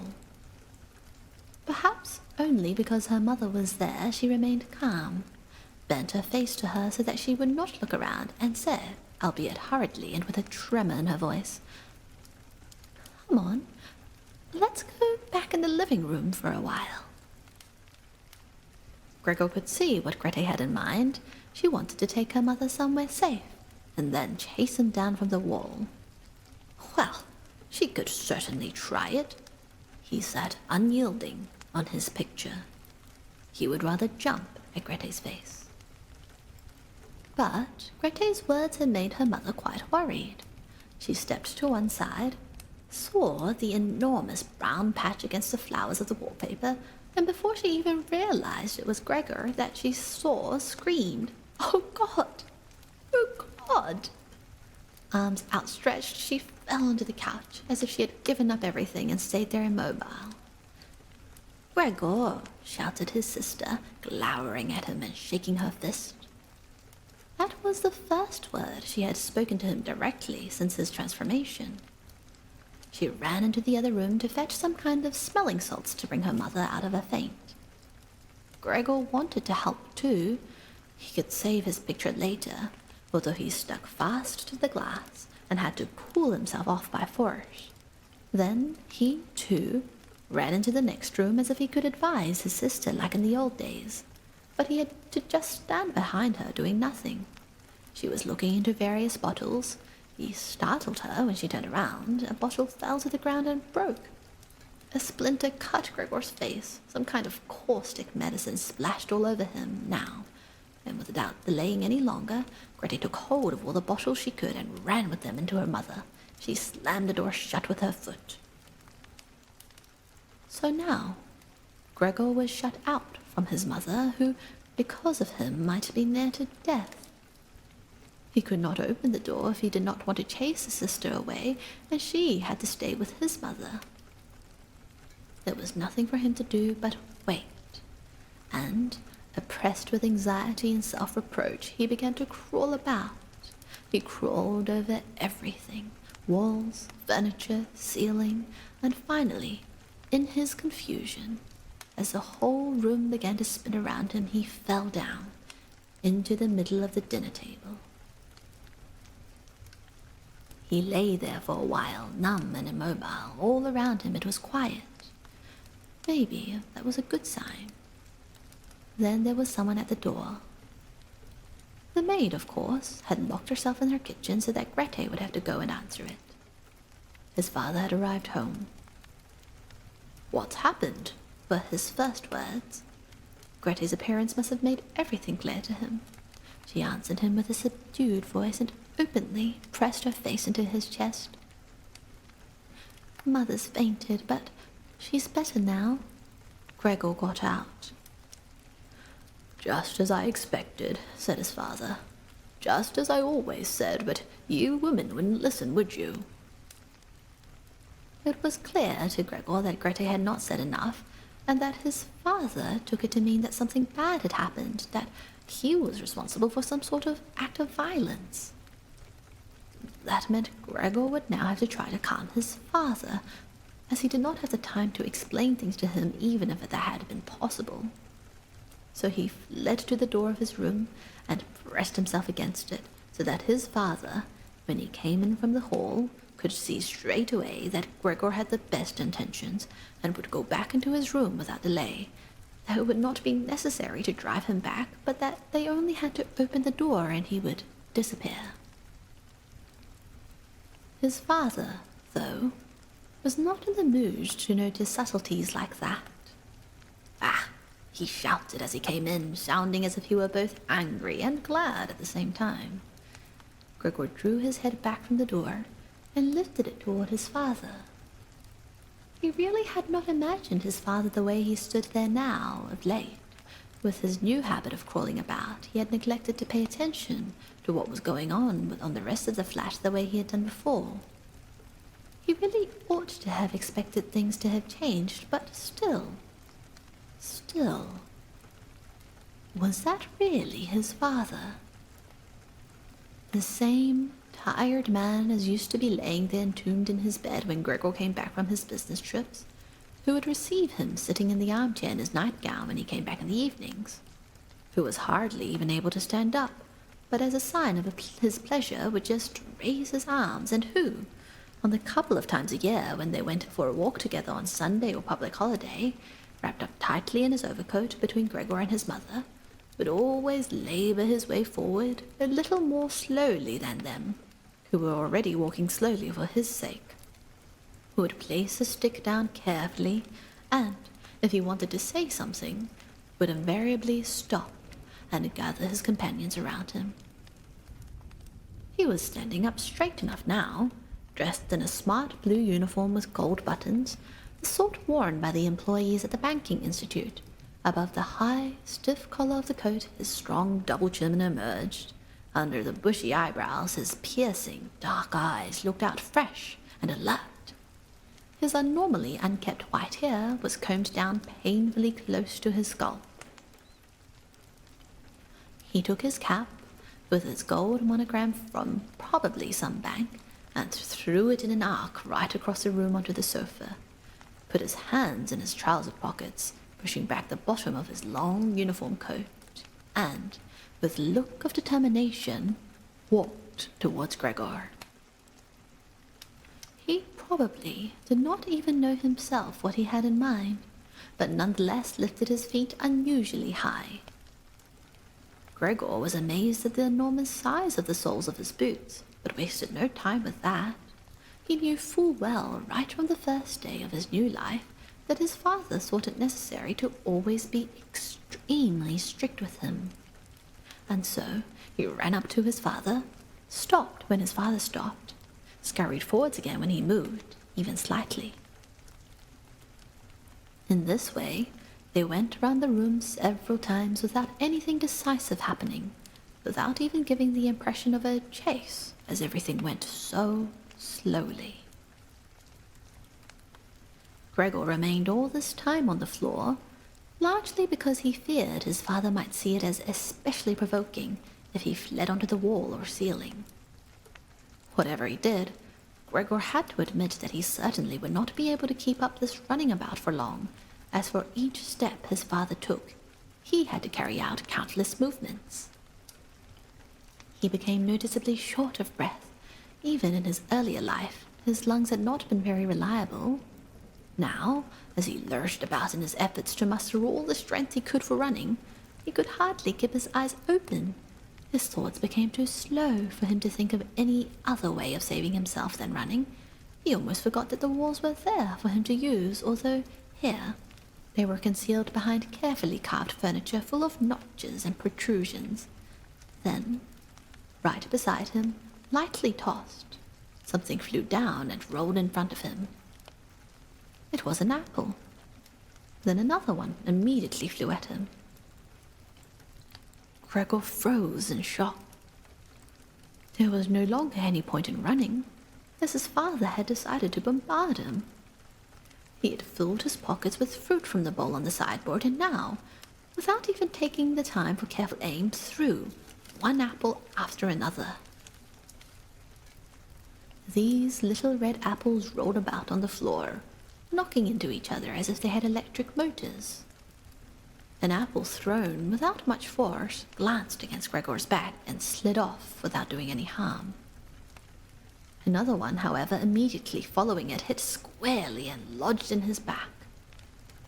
Gregor wanted to drag himself away, as if he could remove the surprising, the incredible pain by changing his position, but he felt as if he was nailed to the spot and spread himself out, all his senses in confusion.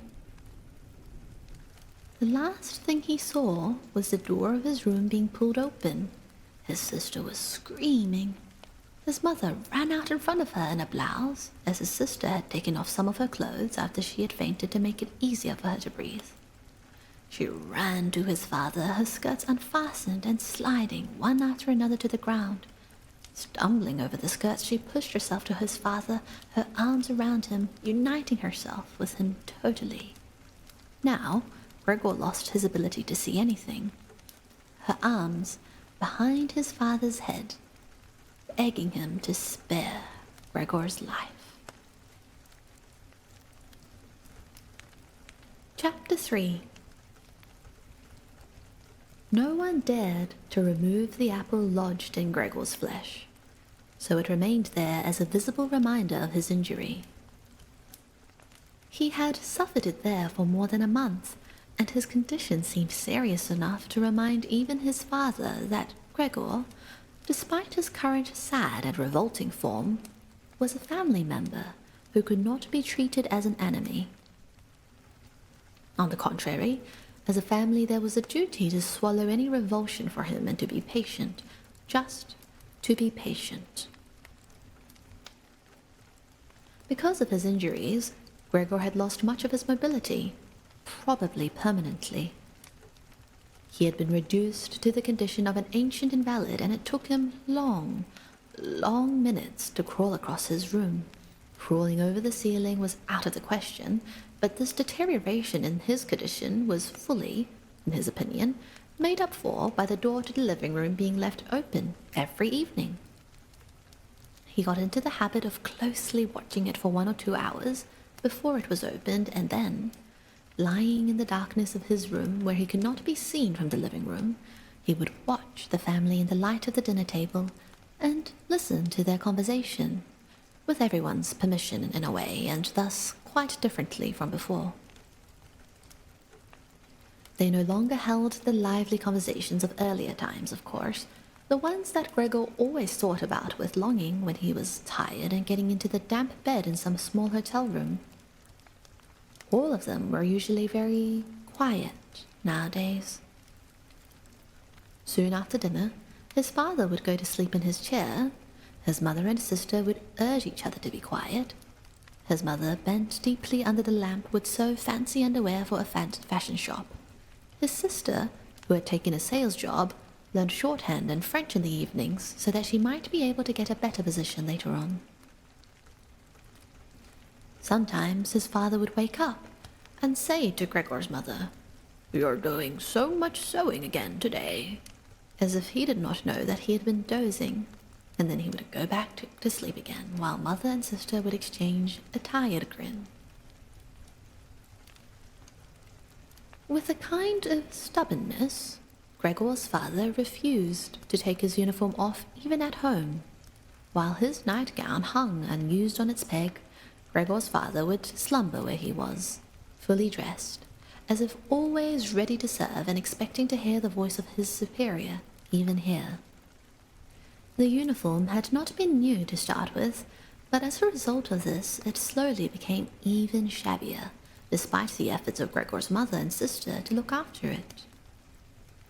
Gregor would often spend the whole evening looking at all the stains on this coat, with its gold buttons always kept polished and shiny, while the old man in it would sleep, highly uncomfortable but peaceful. As soon as it struck 10, Gregor's mother would speak gently to his father to wake him and try to persuade him to go to bed, as he couldn't sleep properly where he was, and he really had to get his sleep if he has to be up at 6 to get to work. But since he had been in work, he had become more obstinate and would always insist on staying longer at the table, even though he regularly fell asleep, and it was then harder than ever to persuade him to exchange the chair for his bed. Then, however much mother and sister would importune him with little reproaches and warnings, he would keep slowly shaking his head for a quarter of an hour with his eyes closed and refusing to get up. Gregor's mother would tug at his sleeve, whisper endearments into his ear. Gregor's sister would leave her work to help her mother, but nothing would have any effect on him. He would just sink deeper into his chair. Only when the two women took him under the arms, he would abruptly open his eyes, look at them one after the other, and say, "What a life! This is what peace I get in my old age." And, supported by the two women, he would lift himself up carefully, as if he were carrying the greatest load himself, let the women take him to the door, send them off, and carry on by himself, while Gregor's mother would throw down her needle and his sister her pen, so that they could run after his father and continue being of help to him. Who, in this tired and overworked family, would have had time to give more attention to Gregor than was absolutely necessary? The household budget became even smaller, so now the maid was dismissed. An enormous, think-bird charwoman with white hair that flapped around her head came every morning and evening to do the heaviest work. Everything else was looked after by Gregor's mother, on top of the large amount of sewing work she did. Gregor even learned, listening to the evening conversation about what price they'd hoped for, that several items of jewelry belonging to the family had been sold, even though both mother and sister had been very fond of wearing them at functions and celebrations. But the loudest complaint was that, although the flat was much too big for their present circumstances, they could not move out of it. There was no imaginable way of transferring Gregor to the new address. He could see quite well, though, that there were more reasons than consideration for him that made it difficult for them to move. It would have been quite easy to transport him in any suitable crate with a few air holes in it. The main thing holding the family back from the decision to move was much more to do with their total despair, and the thought that they had been struck with a misfortune unlike anything experienced by anyone else they knew or were related to. They carried out absolutely everything that the world expects from poor people. Gregor's father brought bank employees their breakfast. His mother sacrificed herself by washing clothes for strangers. His sister ran back and forth behind her desk at the behest of the customers, but they just did not have the strength to do anything more. And the injury in Gregor's back began to hurt as much as when it was new. After they'd come back from taking his father to bed, Gregor's mother and sister would now leave their work where it was and sit close together, cheek to cheek.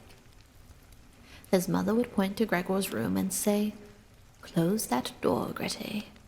And then, when he was in the dark again, they would sit in the next room, and their tears would mingle, or they would simply sit there staring dry-eyed at the table. Gregor hardly slept at all, either night or day. Sometimes he would think of taking over the family's affairs, just like before, the next time the door was opened. He had long forgotten about his boss and the chief clerk, but they would appear again in his thoughts, the salesmen and their apprentices, that stupid tea-boy, 2 or 3 friends from other businesses, one of the chambermaids from a provincial hotel, a tender memory that appeared and disappeared again, a cashier from a hat shop for whom his attention had been serious but too slow. All of them appeared to him, mixed together with strangers and others he had forgotten. But instead of helping him and his family, they were all of them inaccessible, and he was glad when they disappeared. Other times, he was not at all in the mood to look after his family. He was filled with simple rage about the lack of attention he was shown, and although he could think of nothing he would have wanted, He made plans of how he could get into the pantry where he could take all the things he was entitled to, even if he was not hungry. Gregor's sister no longer thought about how she could please him, but would hurriedly push some food or other into his room with her foot before she rushed out to work in the morning and at midday, and in the evening she would sweep it away again with the broom, indifferent as to whether it had been eaten or, more often than not, had been left totally untouched. She still cleared up the room in the evening, but now she could not have been any quicker about it. Smears of dirt were left on the walls here and there were little balls of dust and filth. At first, Gregor went into one of the worst of these places when his sister arrived as a reproach to her, but he could have stayed there for weeks without his sister doing anything about it. She could see the dirt as well as he could, but she had simply decided to leave him to it. At the same time, she became touchy in a way that was quite new for her and which everyone in the family understood. Cleaning up Gregor's room was for her and her alone. Gregor's mother did once thoroughly clean his room and needed to use several bucketfuls of water to do it, although that much dampness also made Gregor ill, and he lay flat on the couch, bitter and immobile. But his mother was to be punished still more for what she had done, as hardly had his sister arrived home in the evening than she noticed a change in Gregor's room, and, highly aggrieved, ran back into the living room where, despite her mother's raised and imploring hands, she broke into convulsive tears. Her father, of course, was startled out of his chair, and the two parents looked on astonished and helpless. Then they too became agitated. Gregor's father, standing to the right of his mother, accused her of not leaving the cleaning of Gregor's room to his sister. From her left, Gregor's sister screamed at her that she was never to clean Gregor's room again, while his mother tried to draw his father, who was beside himself with anger, into the bedroom. His sister, quaking with tears, thumped on the table with her small fists, and Gregor hissed in anger that no one had even thought of closing the door to save him the sight of this and all its noise. Gregor's sister was exhausted from going out to work, and looking after Gregor as she had done before was even more work for her. But even so, his mother ought certainly not to have taken her place. Gregor, on the other hand, ought not to be neglected. Now, though, the charwoman was here. This elderly widow, with a robust bone structure that made her able to withstand the hardest of things in her long life, wasn't really repelled by Gregor. Just by chance one day, rather than any real curiosity, she opened the door to Gregor's room and found herself face to face with him. He was taken totally by surprise. No one was chasing him, but he began to rush to and fro while she just stood there in amazement with her hands crossed in front of her. From then on, she never failed to open the door slightly every evening and morning and look briefly in on him. At first, she would call to him as she did so with words that she probably considered friendly, such as, "Come on then, you old dung beetle," or, "Look at that old dung beetle there." Gregor never responded to being spoken to in that way, but just remained where he was without moving, as if the door had never even been opened. If only they had told this charwoman to clean up his room every day instead of letting her disturb him for no reason whenever she felt like it. One day, early in the morning, while a heavy rain struck the window panes, perhaps indicating that spring was coming, she began to speak to him in that way once again. Gregor was so resentful of it that he started to move toward her. He was slow and infirm, but it was like a kind of attack. Instead of being afraid, the charwoman just lifted up one of the chairs from near the door and stood there with her mouth open, clearly intending not to close her mouth until the chair in her hand had been slammed down into Gregor's back. "Aren't you coming any closer, then?" she asked when Gregor turned round again, and she calmly put the chair back in the corner.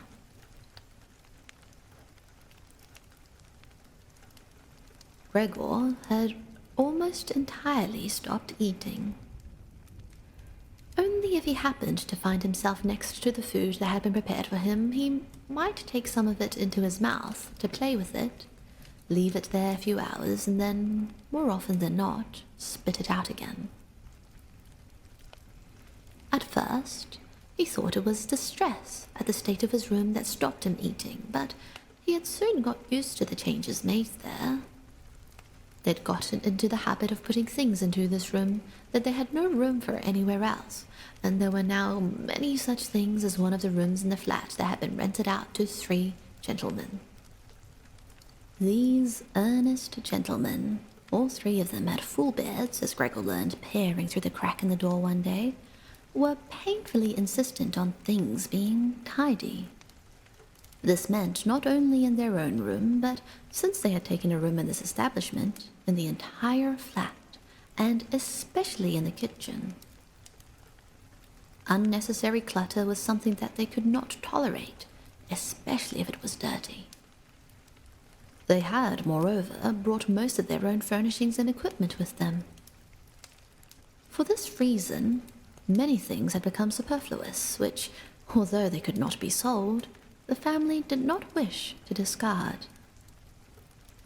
All these things found their way into Gregor's room. The dustbins from the kitchen found their way in there too. The charwoman was always in a hurry, and anything she couldn't use for the time being she would just chuck in there. He, fortunately, would usually see no more than the object and the hand that held it. The woman most likely meant to fetch the things back out again when she had time and the opportunity, or to throw everything out in one go, but what actually happened was that they were left where they landed, where they had first been thrown, unless Gregor made his way through the junk and moved it somewhere else. At first, he moved it because, with no other room free where he could crawl about, he was forced to. But later on he came to enjoy it, although moving about in that way left him sad and tired to death, and he would remain immobile for hours afterwards. The gentleman who rented the room would sometimes take their evening meal at home in the living room that was used by everyone, and so the door to this room was often kept closed in the evening. But Gregor found it easy to give up having the door open. He had, after all, often failed to make use of it when it was open, and, without the family having noticed it, lain in his room in its darkest corner. One time, though, the charwoman left the door to the living room slightly open, and it remained open when the gentleman who rented the room came in the evening and the light was put on. They sat up at the table where, formerly, Gregor had taken his meals with his father and mother. They unfolded the serviettes and picked up their knives and forks. Gregor's mother immediately appeared at the doorway with a dish of meat, and soon behind her came his sister, with a dish piled high with potatoes. The food was steaming and filled the room with its smell. The gentlemen bent over the dishes set in front of them as if they wanted to test the food before eating it, and the gentleman in the middle, who seemed to count as an authority for the other 2, did indeed cut off a piece of meat while it was still in its dish, clearly wishing to establish whether it was sufficiently cooked or whether it should be sent back to the kitchen. It was to his satisfaction, and Gregor's mother and sister, who had been looking on anxiously, began to breathe again and smile. The family themselves ate in the kitchen. Nonetheless, Gregor's father came into the living room before he went into the kitchen, bowed once with his cap in his hand, and did his round of the table. The gentlemen stood as one and mumbled something into their beards. Then, once they were alone, they ate in near perfect silence. It seemed remarkable to Gregor that, above all the various noises of eating, their chewing teeth could still be heard, as if they had wanted to show Gregor that you need teeth in order to eat, and it was not possible to perform anything with jaws that are toothless, however nice they might be. "I'd like to eat something," said Gregor anxiously, "but not anything like they're eating. They do feed themselves, and here I am, dying." Throughout all this time, Gregor could not remember having heard the violin being played, but this evening it began to be heard from the kitchen. The three gentlemen had already finished their meal. The one in the middle had produced a newspaper, given a page to each to the others, and now they leant back in their chairs, reading them and smoking. When the violin began playing, they became attentive, stood up, and went on tiptoe over to the door of the hallway, where they stood, pressed against each other. Someone must have heard them in the kitchen, as Gregor's father called out, "Is the playing perhaps unpleasant for the gentlemen? Or we can stop it straight away." "On the contrary," said the middle gentleman. "Would the young lady not like to come in and play for us here in the room, where it is, after all, much more cozy and comfortable?" "Oh, yes, we'd love to," called back Gregor's father, as if he had been the violin player himself. The gentleman stepped back into the room and waited.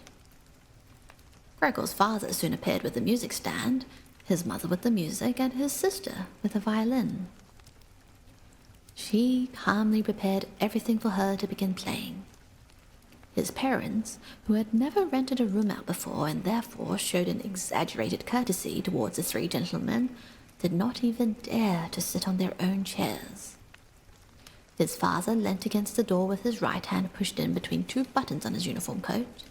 His mother, though, was offered a seat by one of the gentlemen and sat, leaving the chair where the gentleman happened to have placed it, out of the way in a corner. His sister began to play. Father and mother paid close attention, one on each side, to the movements of her hands. Drawn in by the playing, Gregor had dared to come forward a little, and already had his head in the living room.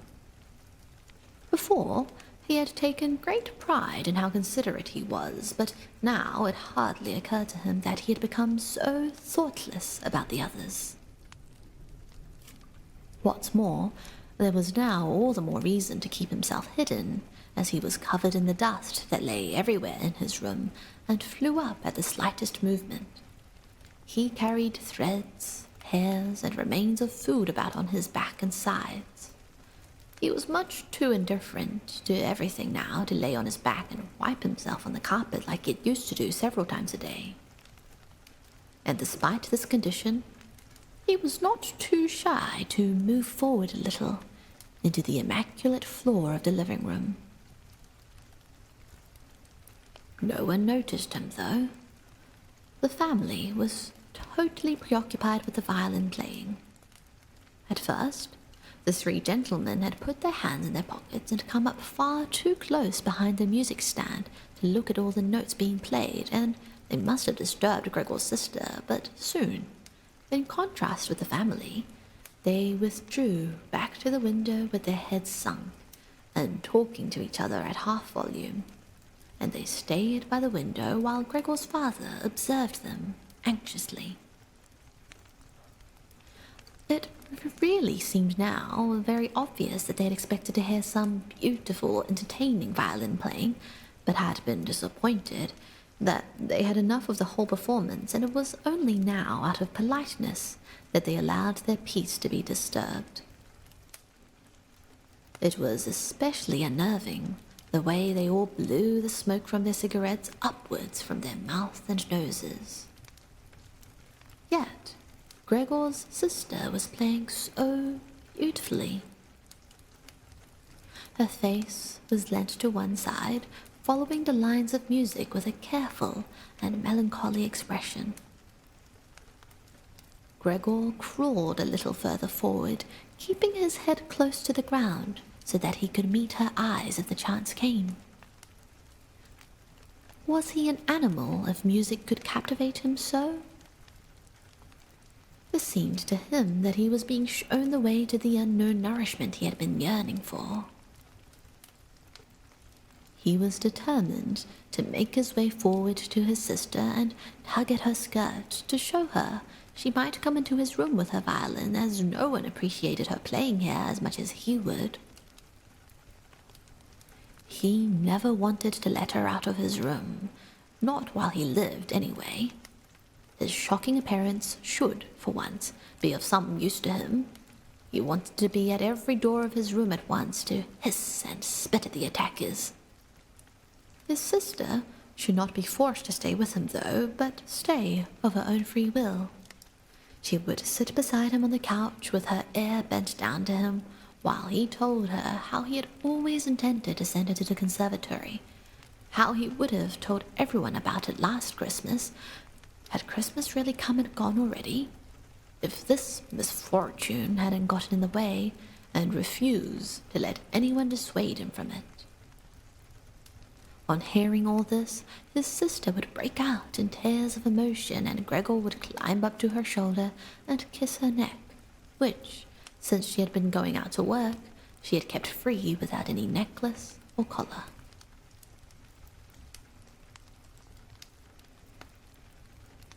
"Mr. Samsa," shouted the middle gentleman to Gregor's father, pointing, without wasting any more words, with his forefinger at Gregor as he slowly moved forward. The violin went silent. The middle of the three gentlemen first smiled at his two friends, shaking his head, then looked back at Gregor. His father seemed to think it more important to calm the three gentlemen before driving Gregor out, even though they were not at all upset, and seemed to think Gregor was more entertaining than the violin playing had been.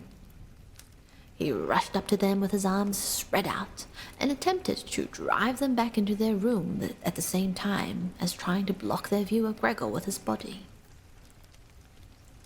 Now, they did become a little annoyed, and it was not clear whether it was his father's behavior that annoyed them, or the dawning realization that they had had a neighbor like Gregor in the next room without knowing it. They asked Gregor's father for explanations, raised their arms like he had, tugged excitedly at their beards, and moved back towards their room, only very slowly.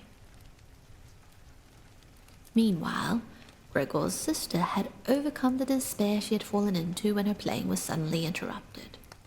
She had let her hands drop and let violin and bow hang limply for a while, but continued to look at the music as it still was playing.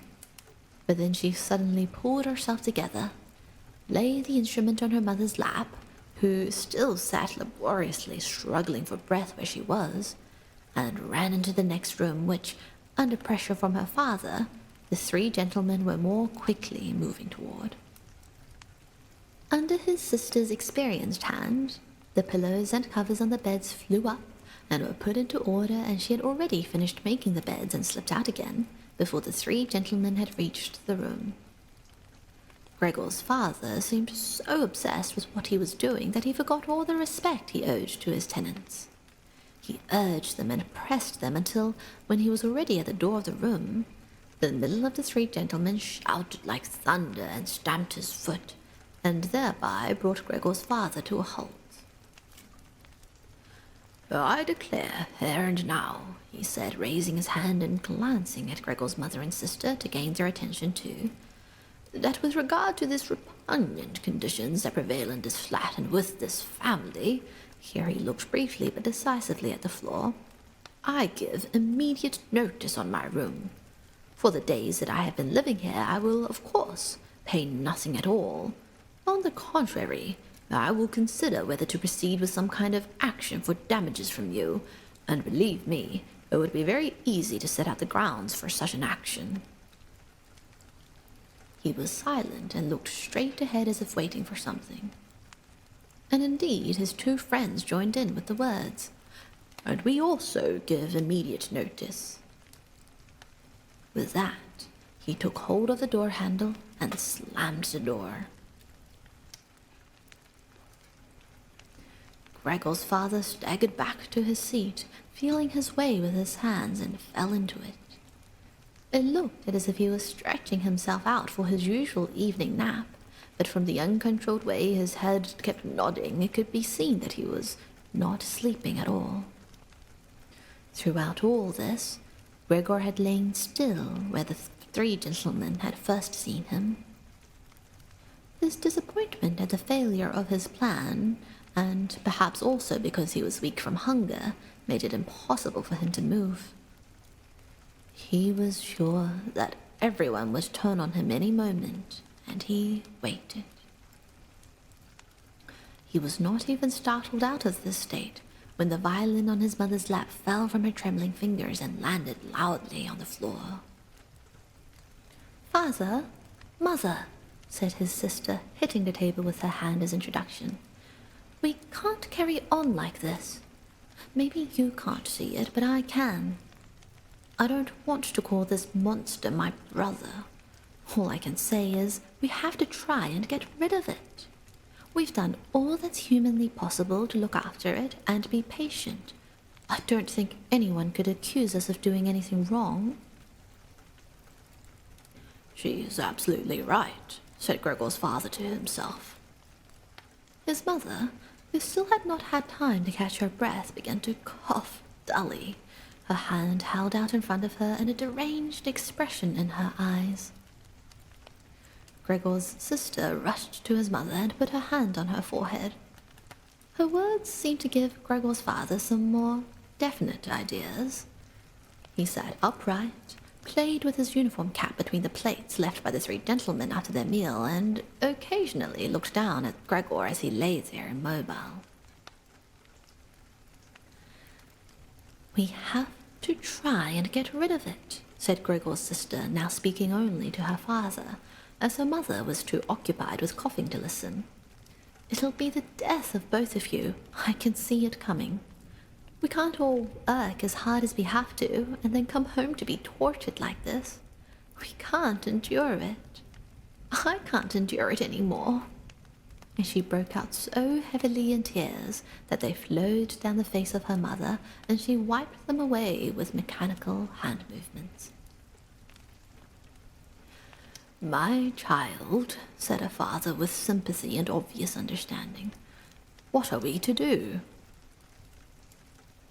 His sister just shrugged her shoulders as a sign of the helplessness and tears that had taken a hold of her, displacing her earlier certainty. "If he could just understand us," said his father, almost as a question. His sister shook her hand vigorously through her tears as a sign that there was no question. "If he could just understand us," repeated Gregor's father, closing his eyes in acceptance of his sister's certainty that was quite impossible, "then perhaps we could come to some kind of arrangement with him. But as it is—" "It's got to go," shouted his sister. "That's the only way, father. You've got to get rid of the idea that that's Gregor. We've only harmed ourselves by believing it for so long. How can that be Gregor? If it were Gregor, he would have seen long ago that it's not possible for human beings to live with an animal like that, and he would have gone of his own free will. We wouldn't have a brother anymore, but then we could carry on with our lives and remember him with respect. As it is, this animal is persecuting us. It's driven out our tenants. It obviously wants to take over the whole flat and force us to sleep on the streets. Father, look! Just look!" she suddenly screamed. "He's starting again." In her alarm, which was totally beyond Gregor's comprehension, his sister even abandoned his mother as she pushed herself vigorously out of her chair, as if more willing to sacrifice her own mother than stay anywhere near Gregor. She rushed over to behind her father, who had become excited merely because she was, and stood up, half raising his hands, in front of Gregor's sister, as if to protect her. But Gregor had no intention of frightening anyone, least of all his sister. All he had done was begin to turn around so that he could go back into his room, although that was in itself quite startling, as his pain-racked condition meant that turning around required a great deal of effort, and he was using his head to help himself to do it, repeatedly raising it and striking it against the floor. He stopped and turned around. They seemed to have realized his good intention had only been alarmed briefly. Now they all looked at him in unhappy silence. His mother lay in her chair with her legs stretched out and pressed against each other, her eyes nearly closed with exhaustion. His sister sat next to his father with her arms round his neck. Maybe now they'll let me turn around, thought Gregor, and went back to his work. He could not help panting loudly with the effort, and had sometimes to stop and take a rest. No one was making him rush anymore. Everything was left up to him. As soon as he had finally finished turning around, he began to move straight ahead. He was amazed at the great distance that separated him from his room, and could not understand how he'd covered that distance in his weak state a little while before, and almost without noticing it. He concentrated on crawling as fast as he could, and hardly noticed that there was not a word, not any cry from his family to distract him. He did not turn his head until he had reached the doorway. He did not turn it all the way around, as he felt his neck becoming stiff, but it was nonetheless enough to see that nothing behind him had changed. Only his sister had stood up. With his last glance, he saw that his mother had now fallen completely asleep. He was hardly inside his room before the door was hurriedly shut, bolted, and locked. The sudden noise behind Gregor so startled him that his little legs collapsed under him. It was his sister, who had been in so much of a rush. She had been standing there waiting and sprung forward lightly. Gregor had not heard her coming at all, and as she turned the key in the lock, she said loudly to her parents, "At last!" "What now, then?" Gregor asked himself as he looked round in the darkness. He soon made the discovery that he could no longer move at all. This was no surprise to him. It seemed rather that being able to actually move around on those spindly little legs until then was unnatural. He also felt relatively comfortable. It is true that his entire body was aching, but the pain seemed to be slowly getting weaker and weaker, and would finally disappear altogether. He could already hardly feel the decayed apple in his back, or the inflamed area around it, which was entirely covered in white dust. He thought back of his family with emotion and love. If it was possible, he felt that he must go away even more strongly than his sister. He remained in this state of empty and peaceful rumination until he heard the clock tower strike 3 in the morning. He watched as it slowly began to get light everywhere outside the window too. Then, without his willing it, his head sank down completely, and his last breath flowed weakly from his nostrils. When the cleaner came in early in the morning, they'd often asked her not to keep slamming the doors, but with her strength and in her hurry, she still did, so that everyone in the flat knew when she'd arrived, and from then on it was impossible to sleep in peace. She made her usual brief look in on Gregor, and at first found nothing special. She thought he was laying there so still on purpose, playing the martyr. She attributed all possible understanding to him. She happened to be holding the long broom in her hand, so she tried to tickle Gregor with it from the doorway. When she had no success with that, she tried to make a nuisance of herself and poked at him a little. And only when she found she could shove him across the floor with no resistance at all did she start to pay attention. She soon realized what had really happened, opened her eyes wide, whistled to herself, but did not waste time to yank open the bedroom doors and shout loudly into the darkness of the bedrooms. "Come and have a look at this. It's dead, just lying there, stone dead." Mr. and Mrs. Samsa sat upright there in their marriage bed and had to make an effort to get over the shock caused by the cleaner before they could grasp what she was saying. But then, each from his own side, they hurried out of bed. Mr. Samsa threw the blanket over his shoulders.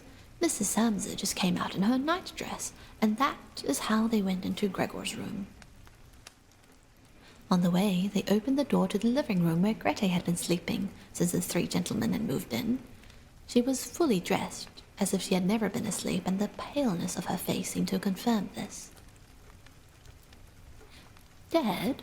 asked Mrs. Samsa, looking at the charwoman inquiringly, even though she could have checked for herself and could have known it even without checking. "That's what I said," replied the cleaner, and to prove it, she gave Gregor's body another shove with the broom, sending it sideways across the floor. Mrs. Samsa made a movement, as if she wanted to hold back the broom, but did not complete it. "Now then," said Mr. Samsa, "let's give thanks to God for that." He crossed himself, and the three women followed his example. Grete, who had not taken her eyes from the corpse, said, "Just look how thin he was. He didn't eat anything for so long. The food came out again just the same as when it went in." Gregor's body was indeed completely dried up and flat. They had not seen it until then, but now he was not lifted up on his little legs, nor did he do anything to make them look away. "Grete, come with us in here for a little while," said Mrs. Samsa with a pained smile, and Grete followed her parents into the bedroom, but not without looking back at the body. The cleaner shut the door and opened the window wide. Although it was still early in the morning, the fresh air had something of warmth mixed in with it. It was already the end of March, after all. The three gentlemen stepped out of their room and looked round in amazement for their breakfasts. They had been forgotten about. "Where is our breakfast?" the middle gentleman asked the cleaner irritably. She just put her finger on her lips and made a quick and silent sign to the men that they might like to come into Gregor's room. They did so and stood around Gregor's corpse with their hands in the pockets of their well-worn coats. It was now quite light in the room. Then the door of the bedroom opened, and Mr. Samsa appeared in his uniform with his wife on one arm and his daughter on the other. All of them had been crying a little. Grete now and then pressed her face against her father's arm. "Leave my home now," said Mr. Samsa, indicating the door, and without letting the woman from him. "What do you mean?" asked the middle of the three gentlemen, somewhat disconcerted, and he smiled sweetly. The other two held their hands behind their backs and continually rubbed them together in gleeful anticipation of a loud quarrel which could only end in their favor. "I mean just what I said," answered Mr. Samsa, and, with his two companions, went in a straight line towards the man. At first, he stood there still, looking at the ground as if the contents of his head were rearranging themselves into new positions. "All right, we'll go then," he said, and looked up at Mr. Samsa, as if he had been suddenly overcome with humility, and wanted permission again from Mr. Samsa for his decision. Mr. Samsa merely opened his eyes wide and briefly nodded to him several times. At that, and without delay, the man actually did take long strides into the front hallway. His two friends had stopped rubbing their hands some time before and had been listening to what was being said. Now they jumped off after their friend as if taken with a sudden fear that Mr. Samsa might go into the hallway in front of them and break the connection with their leader. Once there, all three took their hats from the stand, took their sticks from the holder, bowed without a word, and left the premises. Mr. Samsa and the two women followed them out onto the landing, but they had no reason to mistrust the men's intentions, and as they leaned over the landing, they saw how the three gentlemen made slow but steady progress down the many steps. As they turned the corner on each floor, they disappeared, and were reappearing again a few moments later. The further down they went, the more that the Samsa family lost interest in them. When a butcher's boy, proud of posture with his tray on his head, passed them on his way up and came nearer than they were, Mr. Samsa and the woman came away from the landing and went, as if relieved, back into the flat. They decided the best way to make use of that day was for relaxation and to go for a walk. Not only had they earned a break from work, but they were in serious need of it. So they sat at the table and wrote 3 letters of excusal, Mr. Samsa to his employers, Mrs. Samsa to her contractor, and Ģᴏᴏ to her principal. The cleaner came in while they were writing to tell them she was going. She'd finished her work for that morning. The 3 of them at first just nodded without looking up from what they were writing, and it was only when the cleaner still did not seem to want to leave that they looked up in irritation. "Well?" asked Mr. Samsa. The charwoman stood in the doorway with a smile on her face, as if she had some tremendous good news to report, but would only do it if she was clearly asked to. The almost vertical little ostrich feather on her hat, which had been a source of irritation to Mr. Samsa all the time she had been working for them, swayed gently in all directions. "What is it you want, then?" asked Mrs. Samsa, whom the cleaner had the most respect for. "Yes," she answered and broke into a friendly laugh that made her unable to speak straight away. "Well, then, that thing in there, you needn't worry about how you're going to get rid of it. That's all been sorted out." Mrs. Samsa and Ģᴏᴏ bent down over their letters as if intent on continuing with what they were writing. Mr. Samsa saw that the cleaner wanted to start describing everything in detail, but with outstretched hand, he made it quite clear that she was not to. So, as she was prevented from telling them all about it, she suddenly remembered what a hurry she was in and, clearly peeved, called out, "Cheerio then, everyone," turned around sharply and left, slamming the door terribly as she went. "Tonight she gets sacked," said Mr. Samsa, but he received no reply from either his wife or his daughter, as the charwoman seemed to have destroyed the peace that they only had just gained. They got up and went over to the window where they remained with their arms around each other. Mr. Samsa twisted around in his chair to look at them and sat there, watching for a while. Then he called out, "Come here, then. Let's forget about all that old stuff, shall we? Come and give me a bit of attention." The 2 women immediately did as he said, hurrying over to him where they kissed him and hugged him, and then they quickly finished their letters. After that, the 3 of them left the flat together, which was something they had not done for months, and took the tram out to the open country outside the town. They had the tram filled with warm sunshine all to themselves. Leant back comfortably on their seats, they discussed their prospects, and found that on closer examination they were not all that bad. Until then they had never asked each other about their work, but all 3 had jobs which were very good, and held particularly good promise for the future. The greatest improvement for the time being, of course, would be achieved quite easily by moving house. What they needed now was a flat, that was smaller and cheaper than the current one which had been chosen by Gregor, one that was in a better location, and, most of all, more practical.